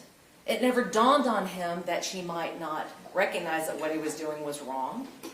In his mind, he jumped from point A to point Z in the most irrational fashion. So somehow, somebody, a child seeing him do something that they may or may not understand, ended up in him losing his child, losing his car, and being evicted from his house. So that's how his brain worked. And once he made the decision, the very bad decision, to take her, it just snowballed out of there. He didn't know how to get out of it. He wasn't able to reason and think about the consequences of his actions. And again, that's not anything new, because you heard from the teachers who recognized that issue all the way back in 5th grade. So this isn't something that the defense cooked up to try to get him out of it. No, we have the documentation from it. And you have those records. You can look at those records. You can take every single bit of evidence back there and go through it. You have that right. Just ask the judge to send it back with you. The catastrophizing isn't new either. You saw that also through many stories that you heard from the witness stand, especially the one where they talked about him losing his patience over at Outback over the dishes piling up. He was overwhelmed and wasn't able to cope. So rather than asking for help, which we kind of would probably think the normal person would do, no. He became overwhelmed and he quit because he couldn't handle it. And we talk about these diagnoses and how they are presented. Well, they were on full display during the interrogation videos. Full display. Dr. Brahms told you that every 5th sentence in those interrogation videos were diagnostic for her. Now, we know that he lied. We do. But as Steve pointed out, lying goes back to the dawn of time when we've tried to cover something that we have done wrong. It's not anything new. Officer Amy lied to cover her tracks. Joe Espinoza lied to try to get a confession. We have, to say that because he lied about the multiple personality disorder should discount everything else we know in this case is just a bunch of hooey. What we have to ask the question we have to ask ourselves is, was this lying a manipulation, or was it just a way of enabling himself to confess? Did Tanner actually confess? Yes, he did. But he did it in a different way. He took on the persona of Zero to enable him to make that confession. And we know that it's not uncommon for people with autism to speak about their person, speak about their brains in the third person, because it makes them easier to talk about their issues. It makes it easier for them to admit to things that they're embarrassed about, that they're ashamed of, that they're afraid of. But at the end of the day, was there a confession? And I got to ask you this, and we asked one of the witnesses, I can't remember which one, but we asked, did Tanner really think that he was fooling anybody by adopting that persona? I mean, Ranger Espinoza wasn't buying it. I don't think any of us was buying it. But, due to Tanner's lack of theory of mind, he was not able to perceive that the other people were not buying what he was trying to sell. And again, at the end of the day, he confessed to the crime and eventually led the officers to Athena's body.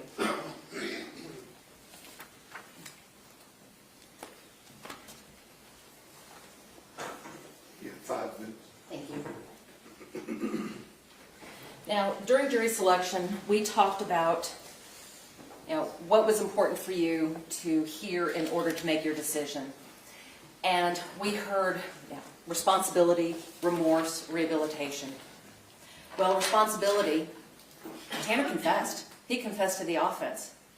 Responsibility, he stood in front of you and entered a plea of guilty. He entered a plea of guilty knowing that the result would be he would spend the rest of his life in prison. Remorse. Now, I remember when my mother passed away. I was angry at everything. I was angry at the world, angry at God, angry at my family, because I didn't think that they were grieving the way that I thought they should grieve. So I went to church and I spoke with my priest and we did a little grief counseling, and what he taught me was that everybody grieves their own way. And it's right. If it's right how you grieve, it is right. It's the same thing with remorse. If we all show remorse differently. We do. And just because it's not shown in a way that you want it to be shown doesn't mean that it doesn't exist. And let me ask this question. How does a person with autism, where one of the characteristics is they are not able to express their emotions, how do they effectively communicate what those emotions are in a way that is satisfactory to the world around him? Well, you saw the remorse in Tanner. You saw it on the interrogation videos. Even Ranger Espinoza noted that, I see the remorse in you. I believe you're remorseful. You saw it in the suicide note that he wrote when he had nothing left to lose. And he had nothing left to gain at the time. He apologized to the family for what he did and expressed his regret and remorse. You saw it in the face when the video of the incident was replayed. Again, just because he may not express it the way everybody else does not mean that his remorse is not there. Rehabilitation. You heard about what he did in jail. You did. You heard about all of the courses that he took. You learned about the fact that he found God again and that he wanted to help his other inmates find God. And that was his new purpose. He reached out to Chicken and they started a Bible study. Even though they had to talk through the bean chute, even though they couldn't share their own Bibles with each other, they had that Bible study and it was important to him. The note that Chicken wrote him is in evidence. I encourage you to take it back and read it, because that was written by a man who wanted to express his gratitude for helping him find God again.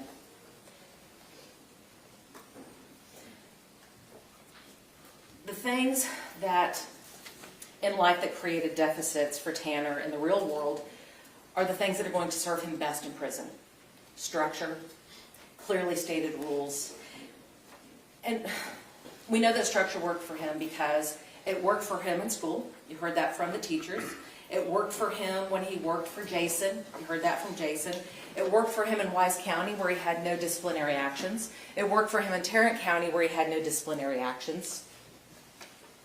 The only time when he didn't have the structure in his life, he flailed and he failed, and that's why he's sitting in the defense chair right now. You know, the decision to end another human's life is a deeply personal one. And each of you was selected to be on this jury because, you know, you promised us that you would follow the law. You promised us, you promised the judge, you promised the state, you promised us that you would follow the law regardless of where the evidence took you, regardless of your personal feelings. You promised you would listen to all the evidence and you would hold the state to their burden of proof. But now is the time for you to fulfill the oath that you took. And the state of Texas never requires a death sentence. Not in this case, not in any case, not even in the worst case you can possibly imagine. They're always satisfied with a verdict of life without parole. And you are going to be tasked with answering special issue number 1 and special issue number 2. Did the state prove beyond a reasonable doubt that Tanner Horner is a continuing threat to society? No, they didn't. In fact, evidence to the contrary, it's uncontroverted that he has adjusted well to jail life. It is uncontroverted that he has no disciplinary actions. It is uncontroverted that he has been allowed to have access to all of these people in the jail without incident. But if you answer yes, that only makes him eligible for the death penalty. It doesn't mean it is automatic. And that's where we get to special issue number 2. Mitigation is any reason for any one of you to choose life. And it can be individual for each of you. That's why we talked about your individual moral judgment during jury selection.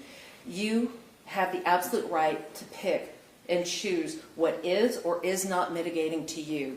And if you have found something that is sufficiently mitigating that would warrant a sentence of life without parole rather than the death sentence, you have the absolute right to vote your conscience. You have the absolute right to have your voice heard. So when you go back in that jury room, what I want you to do is I want you to talk to each other. And y'all have been talking for like the last 5 weeks. And what's a little more talk, right? I want you to talk to each other about your lives, about your experiences, about the things that make you who you are. Talk about what you saw. Talk about your children. And then what I want you to do is speak up. I want you to speak up. If you have a reason to choose life, speak up. Because that is your right. Your truth is your truth, just like your other jurors' truths are their own truths.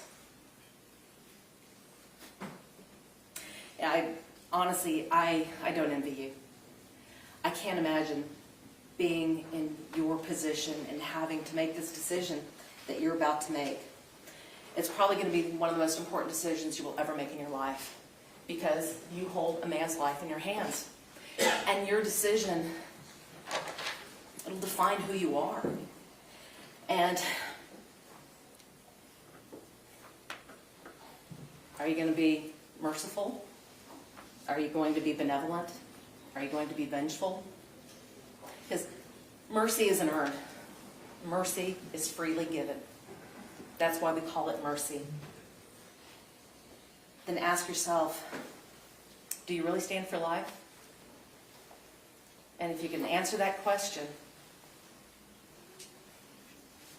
then I want you to raise your hand, and I want you to vote your conscience, and I want you to vote for life. And that's why we are asking you to sentence Tanner to life without the possibility of parole. Thank you.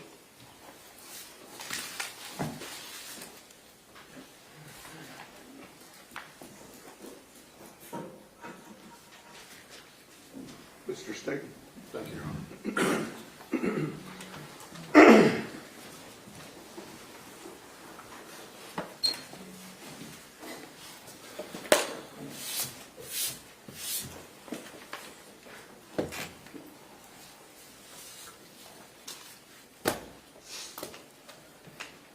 You know what else you hold in your hands? Justice. That's what you hold in your hands. And I want you to ask, was Tanner merciful? Was Tanner vengeful? Did Tanner show remorse? Nope. And I think that's important.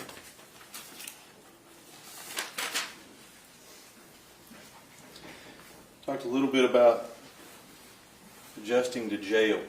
You know what? I fully expect somebody who's staring down the barrel of you sitting here as a jury would probably act right while they're in jail. Well, how did he act when he didn't have that? How did he act when he didn't have that incentive?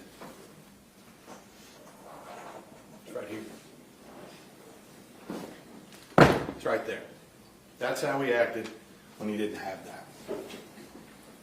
So, when you want to say he's rehabilitated, he hadn't had access to anybody else.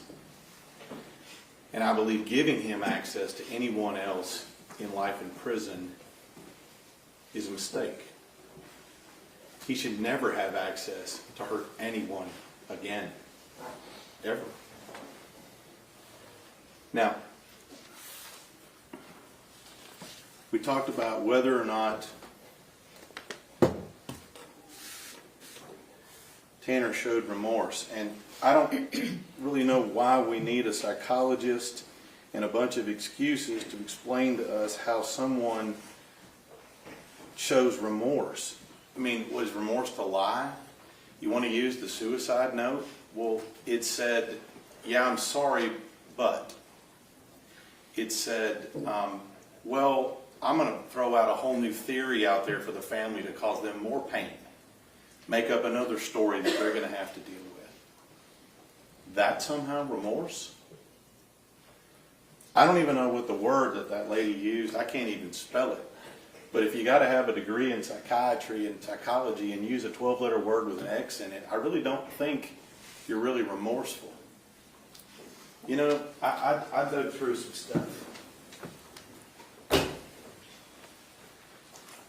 That's a bunch of reports, notes, everything. It came right over here. Everybody, how many 100 hours? 100 hours or more? How many psychologists, how many experts? You know what you won't find in this box right here? I'm sorry. Not a single time in this entire box. Now what this entire box is full of is all about Tanner. He's more than happy to talk about his life. More than happy to talk about his problems. He's more than happy to talk about that. But you would think, in 100 hours, you would think all those experts, somewhere, someplace, one single time, stop what you're doing, quit talking about me, and just say, I'm sorry. I don't think that's too much to ask. But you can dig. It ain't in there. Now, Vince wants you to give him credit, if you will, for coming in here and pleading guilty. I think it's bigger than that. I think if people are truly remorseful and people truly take responsibility for their actions, truly, then those are those people that we should talk to about that. But that's not what we have here. Not in any form or fashion. We have an individual that continued to lie and make up stories all the way through January of 26. That is not someone who's taking responsibility for their actions. That is somebody who continues to lie, divert, and is attempting to continue to change the narrative about themselves. Now, this whole catastrophe theory. You know, if you really believe that a 7-year-old girl knows what it looks like for somebody to be doing blow on the hood of their FedEx truck, that's crazy. The simple truth is that's another lie like anything else. And you know how I know it's a lie?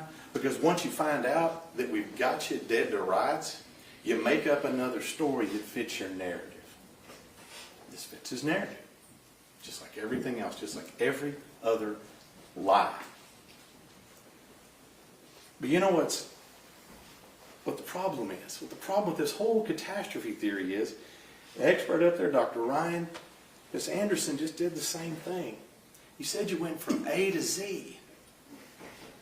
Wait a minute. Did he go from A to Z? No. He didn't. He said, you're pretty. Take off your shirt. Take off your clothes. That's not A to Z. Stopping off in the middle to sexually gratify yourself on the child you just kidnapped. That's not catastrophe. That is a true predator. Someone who stripped a child away from their home, took pleasure in sexually assaulting them, and killed her. That is not catastrophe. Because that's the whole thing. That's why every expert up here ignored that one part. That's why Ms. Anderson ignored that one part. Because you can't explain it with catastrophe theory. You just stopped off in the middle of your catastrophe and did this. That's not what we're talking about here.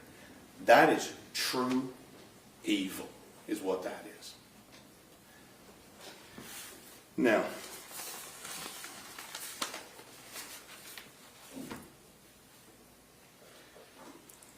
you know, we talk about these interrogations. I don't know how much nicer that Ranger Espinosa could have been. I don't know how much more friendly he could have been. And I don't know why we continue to try to excuse Mr. Horner's conduct. Clearly he thought he could come in there and make some kind of deal. But let's look at the bigger picture here. Let's look at all of this. What is this? It's selfishness. It's internal selfishness. It's nothing to do with her. Nothing to do with her. It's all about him. It's everything that's in that box. It's all about him. That is selfishness, is what that is. Is that he is coming there and he is saying, hey, I'll tell you what you want, but you got to give something to me. And I want something. I want to see my kid. Where'd Athena spend Christmas? Did she get to have videos of the Christmas that year? Nope.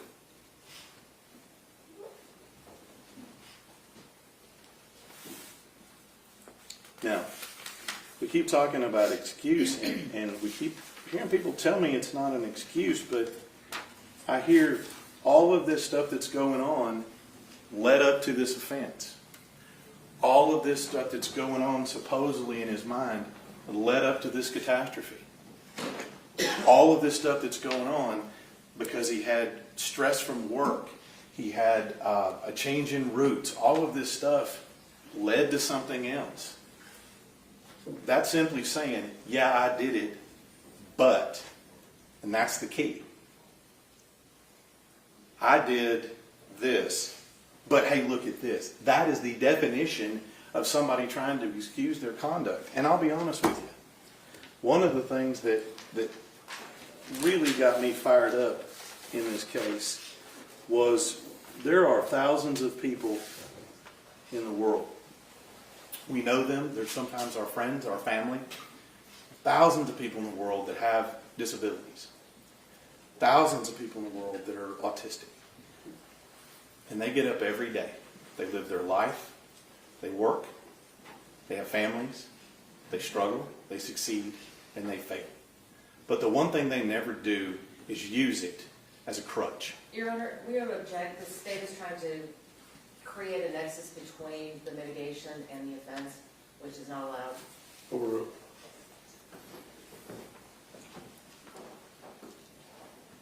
How much longer do we have a juror that needs to take a break? How much longer do you anticipate being? Not trying to cut you off. How much longer do I have? You've got about 25 more minutes.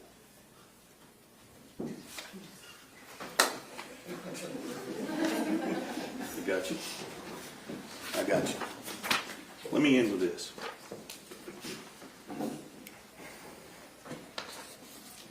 When we talk about two things, future danger.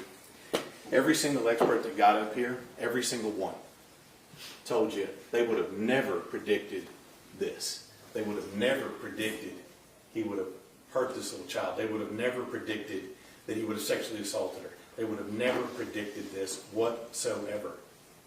They were wrong. Absolutely wrong, and every one of them admitted it, that they were wrong. So anybody who comes up here and tells you today that they can somehow predict the lethality of this man at a later date is wrong. Here's what we know. We know he has a capacity for maximum violence. He has a capacity for victimization. He has a propensity for sexual assault. Now, all of those we know. I don't need an expert to tell me that. I can look at the autopsy report. I can look at the pictures. So when you talk about future danger, look at the facts. Look at what he's capable of. Look at what he's done. And don't think that there's not some other victim out there waiting. Don't think that. If you think, this is the way I think about this. If you put a man-eating tiger in a cage, he doesn't somehow become a vegetarian. And that's exactly what we have here. Just because you cage this lethality doesn't mean it goes away. But hey, we wouldn't have predicted this. We wouldn't have predicted this. But you can trust us now. He won't do it again. I submit to you that the only option here is to prevent him from doing that permanently. Don't give him access to anyone else. Now, mitigation. There is nothing I can tell you. Hang on, Mr. Staley. Juror has to take a break. Go ahead. No, come on, everybody's got to go.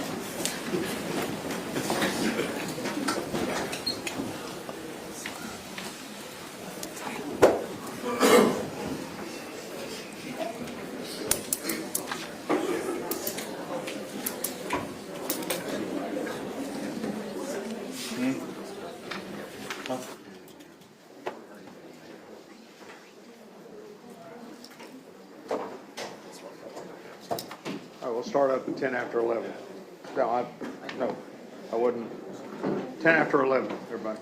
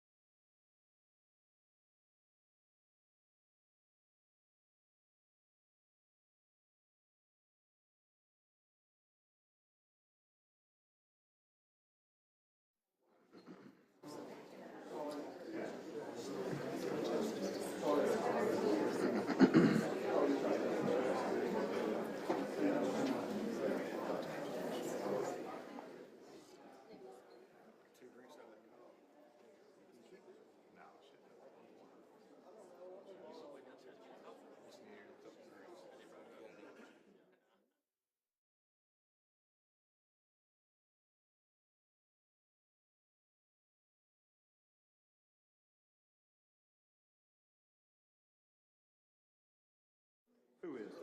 Oh, I know.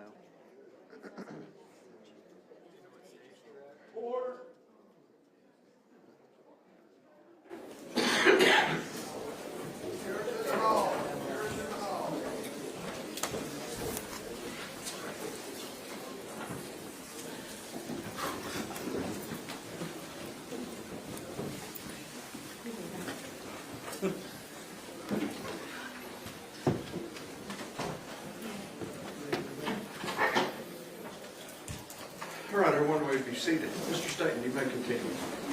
Judge, appreciate the break.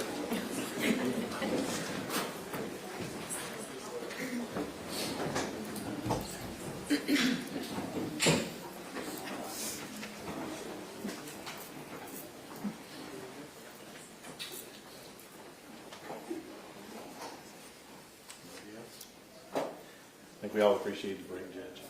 I don't have much more, ladies and gentlemen of the jury. When we stopped, I was talking about mitigation. In mitigation, we talk about the definition of something that reduces someone's moral blameworthiness. I don't know how there's anything possible in this case that reduces the moral blameworthiness of taking an innocent child, gratifying yourself on an innocent child, and then committing the kind of brutal murder that one committed. I can't see how there's anything that mitigates that reduces anybody's moral blameworthiness. But you know, this is what we get in capital murder cases. We get a capital murder conversion, is what I call it. Is basically you got somebody living their life, doing what they're doing, working, got a family, doing their best, succeeding, failing, buying a car, doing all those things, not being treated really for anything in their life, just working and doing what they're doing. But all of a sudden, they commit a horrific act. And the experts come out in droves to start explaining every single ailment that they possibly could have. And that's what happens in these cases. Nothing was going on in your life that caused you to have any issues before. You had a job, you were doing things normally, you were making some poor decisions. I mean, I submit to you that anything bad that is happening to Tanner Horner at that time is by his own doing. You know, you're not going to keep a job if you're out doing coke on the weekends and partying. You're not going to keep a job if you stay up all night and play video games. You're not going to keep a job or a relationship if you're doing acid on a regular basis. These are all things that are somebody's choices. They don't have anything to do with any disabilities or deficits that you have. So I think that you know, to come here and to say, hey, now I wouldn't really have any problems before, but now I want everybody to look at this. I don't think that makes sense. So remember what every single expert said, and we did ask him the same thing. One, did he know what he was doing? And every expert, including Dr. Brahms, the last expert we had up here, I asked her, did he know what he was doing when he kidnapped her? And she wouldn't give me that when she subscribed to this catastrophe theory. But when it came to the sexual assault, she said, yeah, he knew absolutely what he was doing to her when he was doing it. And then when I asked her about killing her, he absolutely knew that what he was doing was going to cause her harm. Those are her words. That was the first question. And the second question we always ask is, did any of these conditions, any of these things, this litany of things that are out there, true or false, did they have anything to do with this?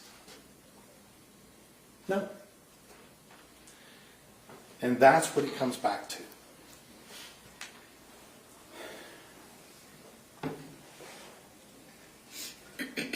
For all intents and purposes,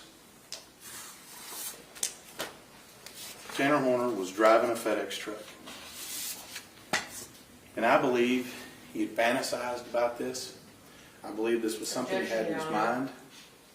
Counsel's opinions are not relevant. Stay within the record. The experts told you that he fantasized about things. He fantasized about what he wanted to be. He fantasized about being superhero.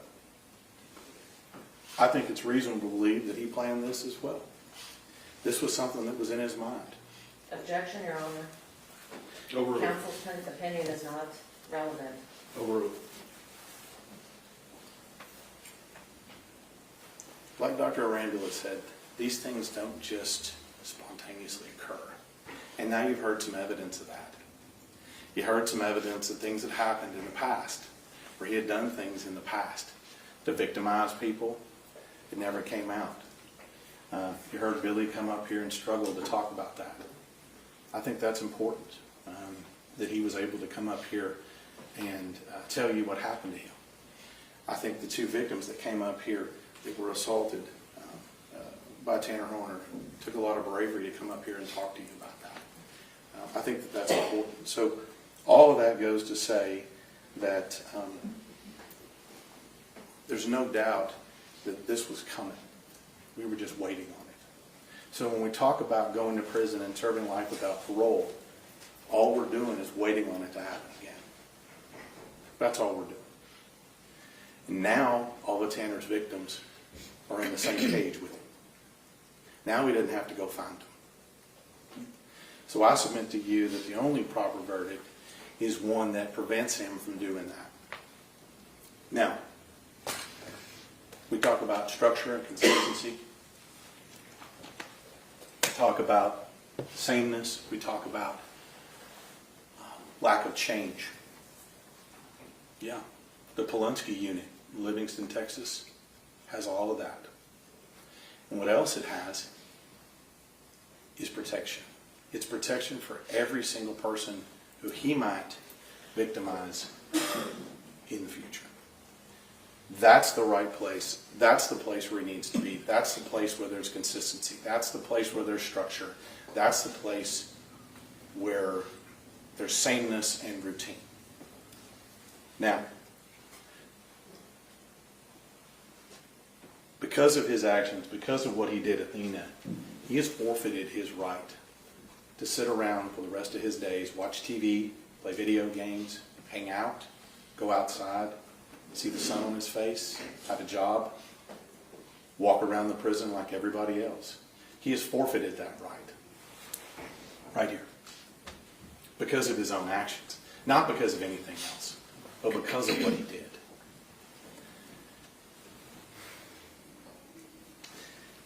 What I'm going to end with here is this.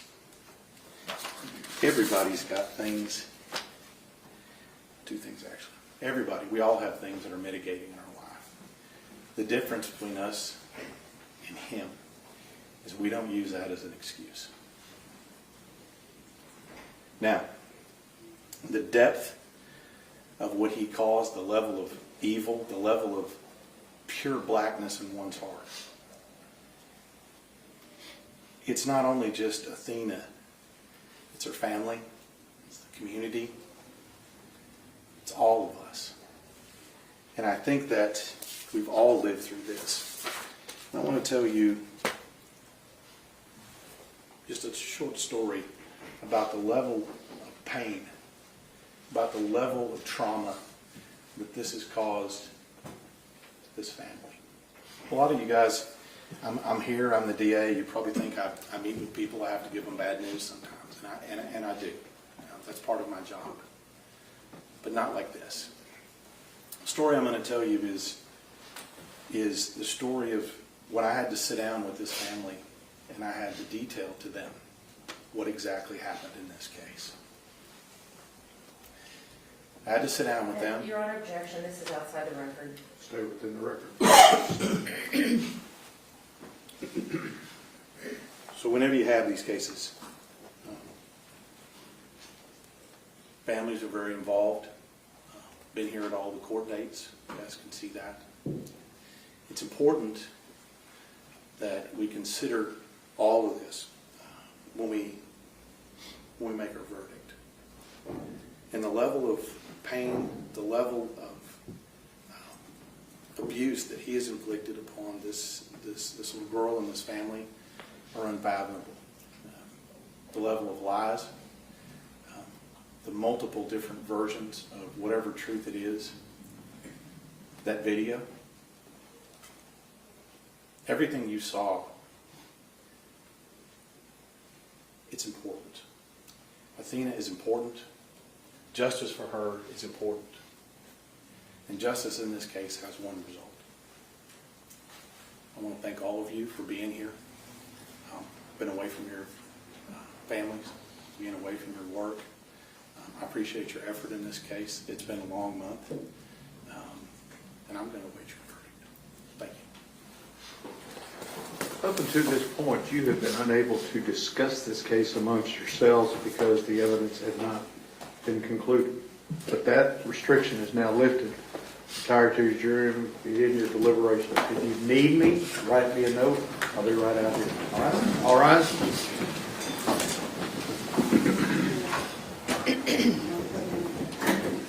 Jurors in the hall.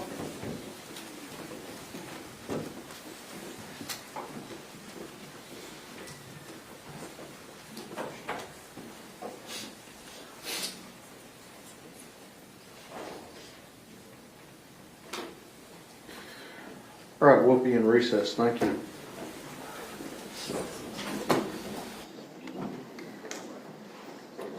You're getting slow. You didn't have that already on there.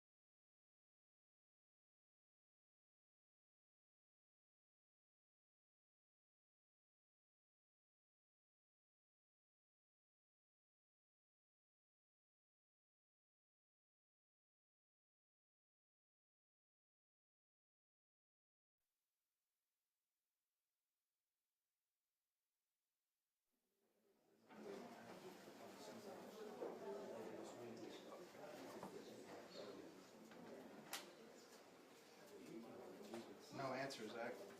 It didn't answer?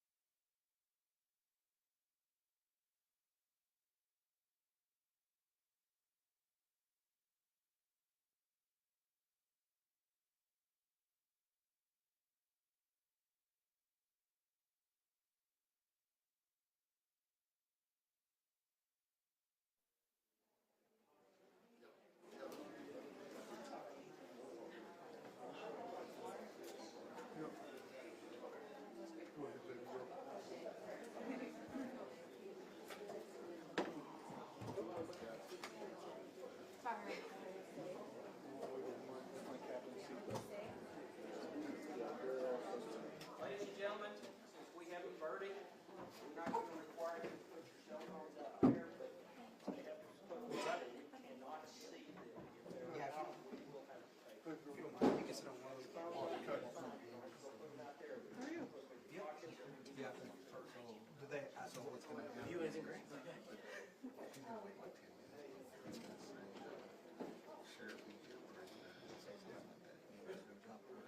Okay, yeah, he's got the codes. Okay, He should be able to. okay. No, buddy, you're good, you're good.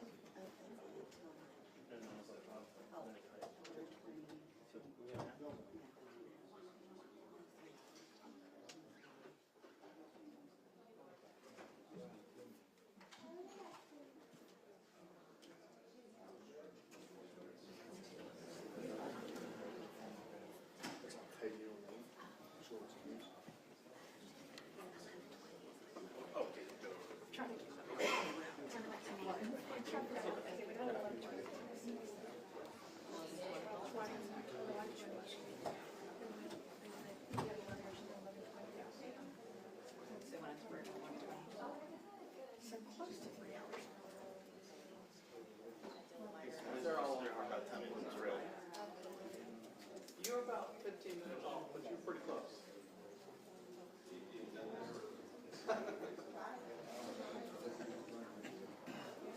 Really?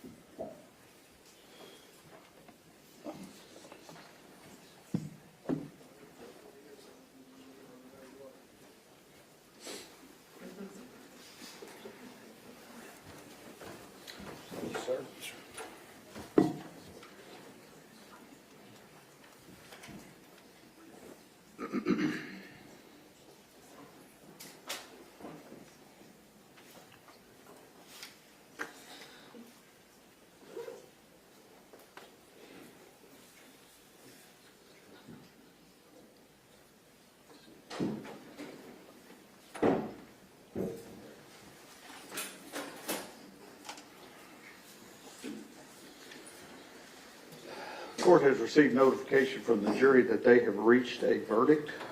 Both sides ready to receive the verdict? Ready, Your Honor. Yes, sir.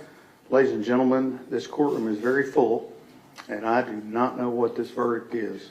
But remember, whatever the verdict is, we're in a courtroom, all right? And there will be no reactions to the verdict, all right? Let's go to work.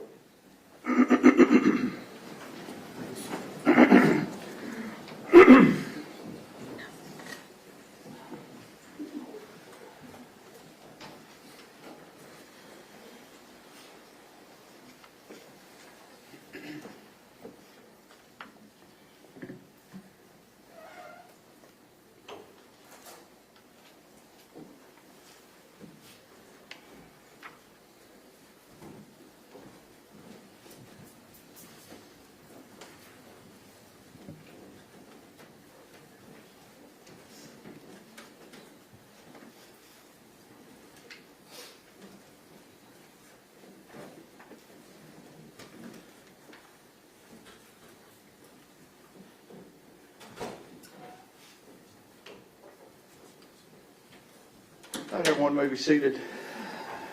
Good afternoon. Mr. Presiding Juror, it is my understanding jury has reached a verdict on both issues. Okay, if you'd hand it please to Deputy King.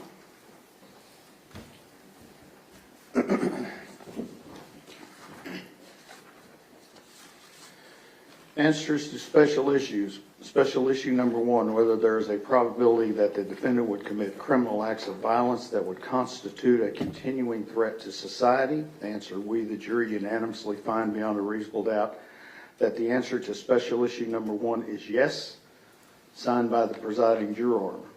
Special issue number 2, whether taking into consideration all the evidence, including the circumstances of the offense, the defendant's character and background, and the personal moral culpability of the defendant, there is a sufficient mitigating circumstance or circumstances to warrant that a sentence of life imprisonment without parole rather than a death sentence be imposed. Answer, we, the jury, unanimously find that the answer to special issue number 2 is no, signed by the presiding juror. Does either side desire a poll? No, Your Honor. No, Your Honor. Ms. Anderson, Mr. Goebel, is there any legal reason why sentence should not be pronounced? No, Your Honor. Mr. Horner, if you'd stand, please. It's the order of the court that you, Tanner Lynn Horner, has been adjudged to be guilty of the offense of capital murder as found by the jury. Jury having answered the special issues, making it mandatory that your punishment be death. It is therefore the order of this court that your punishment be death.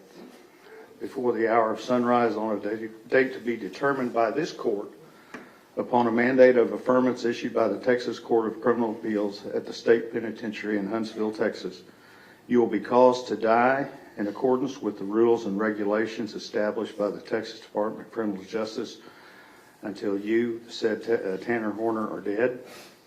Said execution procedure shall be determined and supervised by the Director of the Texas Department of Criminal Justice. The clerk of this court shall issue a death warrant in accordance with this sentence directed to the Director of the Texas Department of Criminal Justice for that purpose. Clerk shall deliver such warrant to the Sheriff of this county and to be by him delivered to the Director of the Department of Criminal Justice together with you, and you will remand to the custody of the Tarrant County Jail to await transportation to the Texas Department of Criminal Justice at Huntsville, Texas, and the execution of this sentence. I will sign this death sentence as required by law. Your appeal of the finding of this guilt by the jury and their determination of the answers to the question in this sentence are automatically appealed to the Texas Court of Criminal Appeals in Austin, Texas. You will be appointed a lawyer to represent you on direct appeal, and your lawyer will receive a copy of the record of this case at no charge. You have the right to have a second lawyer to represent you on writs of habeas corpus. It's a separate matter from your direct appeal. Do you wish to have counsel appointed for your writ purposes? Yes, sir. Okay, then I will appoint you writ lawyers for that. Ms. Anderson, Mr. Goebel, if you will remain on his case pending his decision, and we have all the appellate paperwork filled out, I have received his acknowledgement certification of the right to appeal, and I appreciate you doing that. You may be seated. Is there an allocution?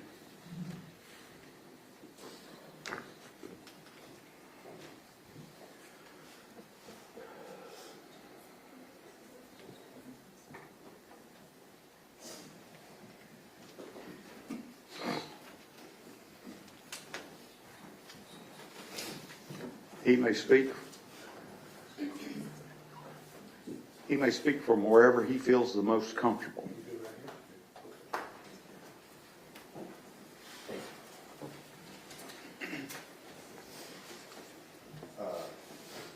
I'm Athena Strand.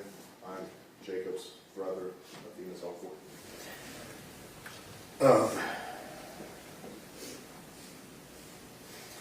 There are no words that truly capture the devastation that Tanner Horner caused us and our family. What he took from this world was not just a child. He took a life, a future, and a piece of every single person who loved him. He took a granddaughter, a daughter, a niece, a cousin, and a friend.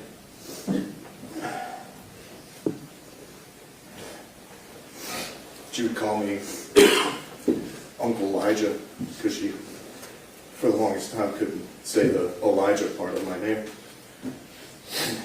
It was the best thing to see her running up to me with her arms open, yelling, "Uncle Elijah." And that's one of my last memories I have of her. And now I get to never hear that again. Athena was more than a headline. She was laughter, curiosity, kindness, and innocence. And she had dreams that she will never get to chase. Birthdays that she will never celebrate.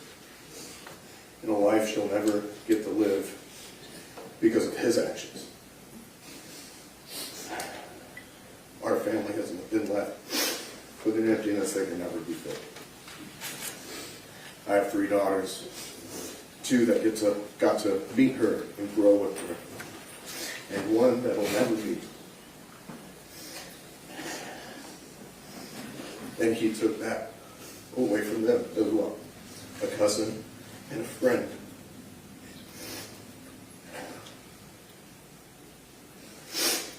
He stole a sense of safety from all of us in our family. Me and my wife just got comfortable enough to let our kids play outside, and that's even in our backyard. It's not close to the road.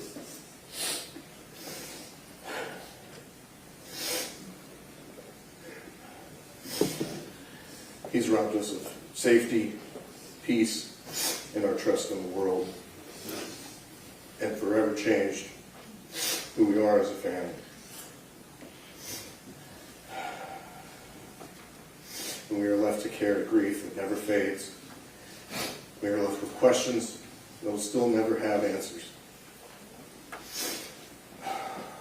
And we are left trying to honor a beautiful little girl whose life was taken in the most senseless and horrific way.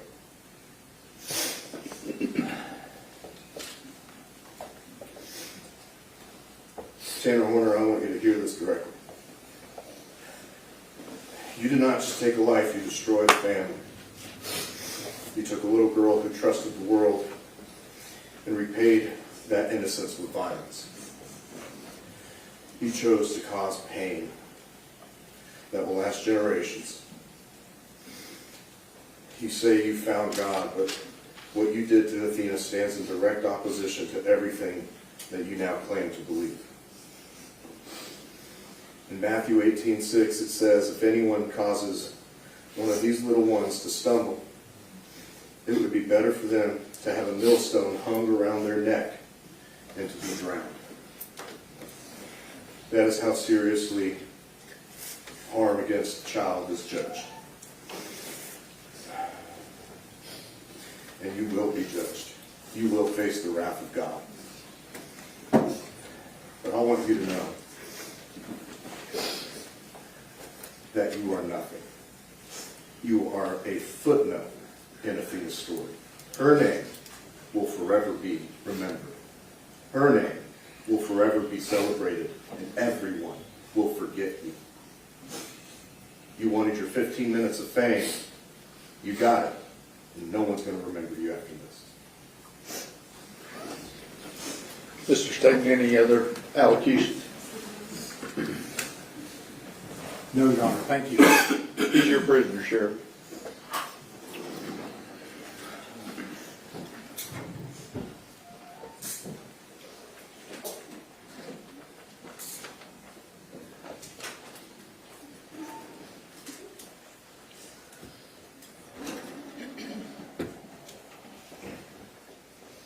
Ladies and gentlemen, this will conclude your service as jurors.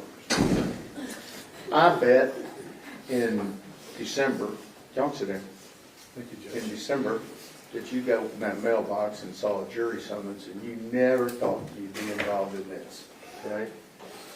Well, here we are 6 months later, and I thank you. And also in your presence, I want to thank the lawyers. Lawyers in real life don't behave like they do on television, okay?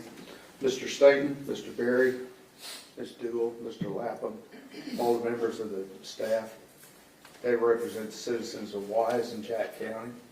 And I hope that those citizens have had a chance to watch their work because I appreciate it. Ms. Anderson and Mr. Goebel are members of the Regional Public Defender's Office out of Lubbock. That is a government corporation that provides representation to people who are accused of capital murder where the state is seeking the death penalty in counties that have 100,000 in population or less. And that is 195 counties in the state. And all these lawyers do is death penalty cases. So think about that. What they had done in this case, they have to do it in 194 other counties. The professionalism that they demonstrated to each other, the courtesy that they demonstrated to each other, makes me a better judge, and I thank you. I thank the sheriff and his staff, bailiffs, and the rock in this room is the lady that's sitting right here in front of me. If y'all will retire to your jury room, I'll be back with some final instructions. Okay, thank you very much. All right.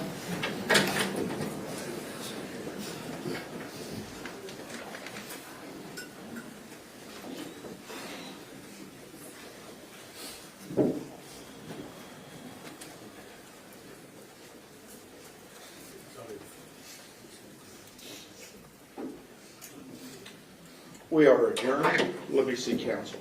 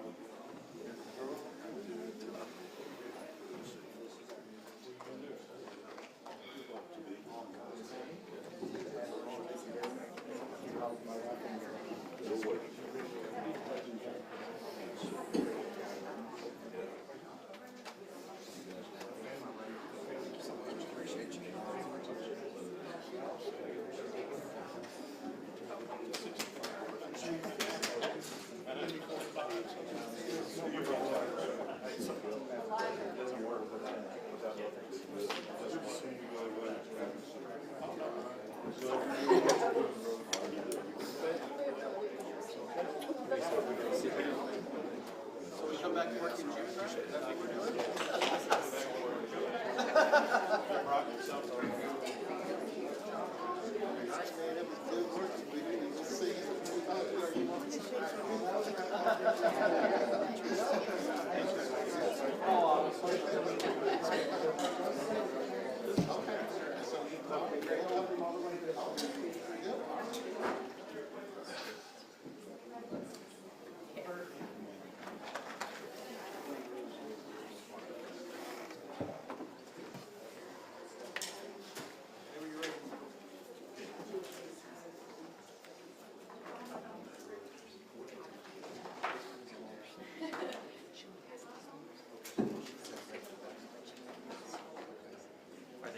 Are they gonna do it?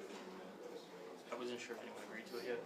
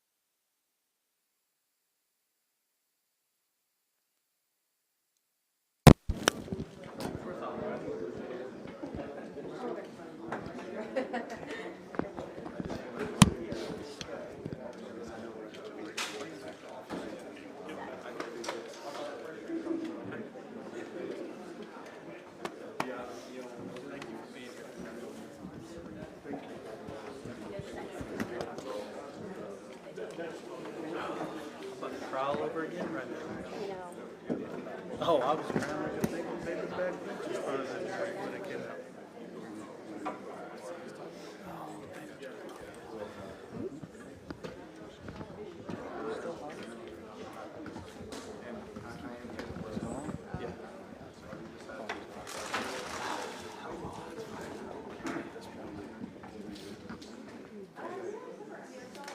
Good job, brother. Good job, James. Y'all school. They did amazing.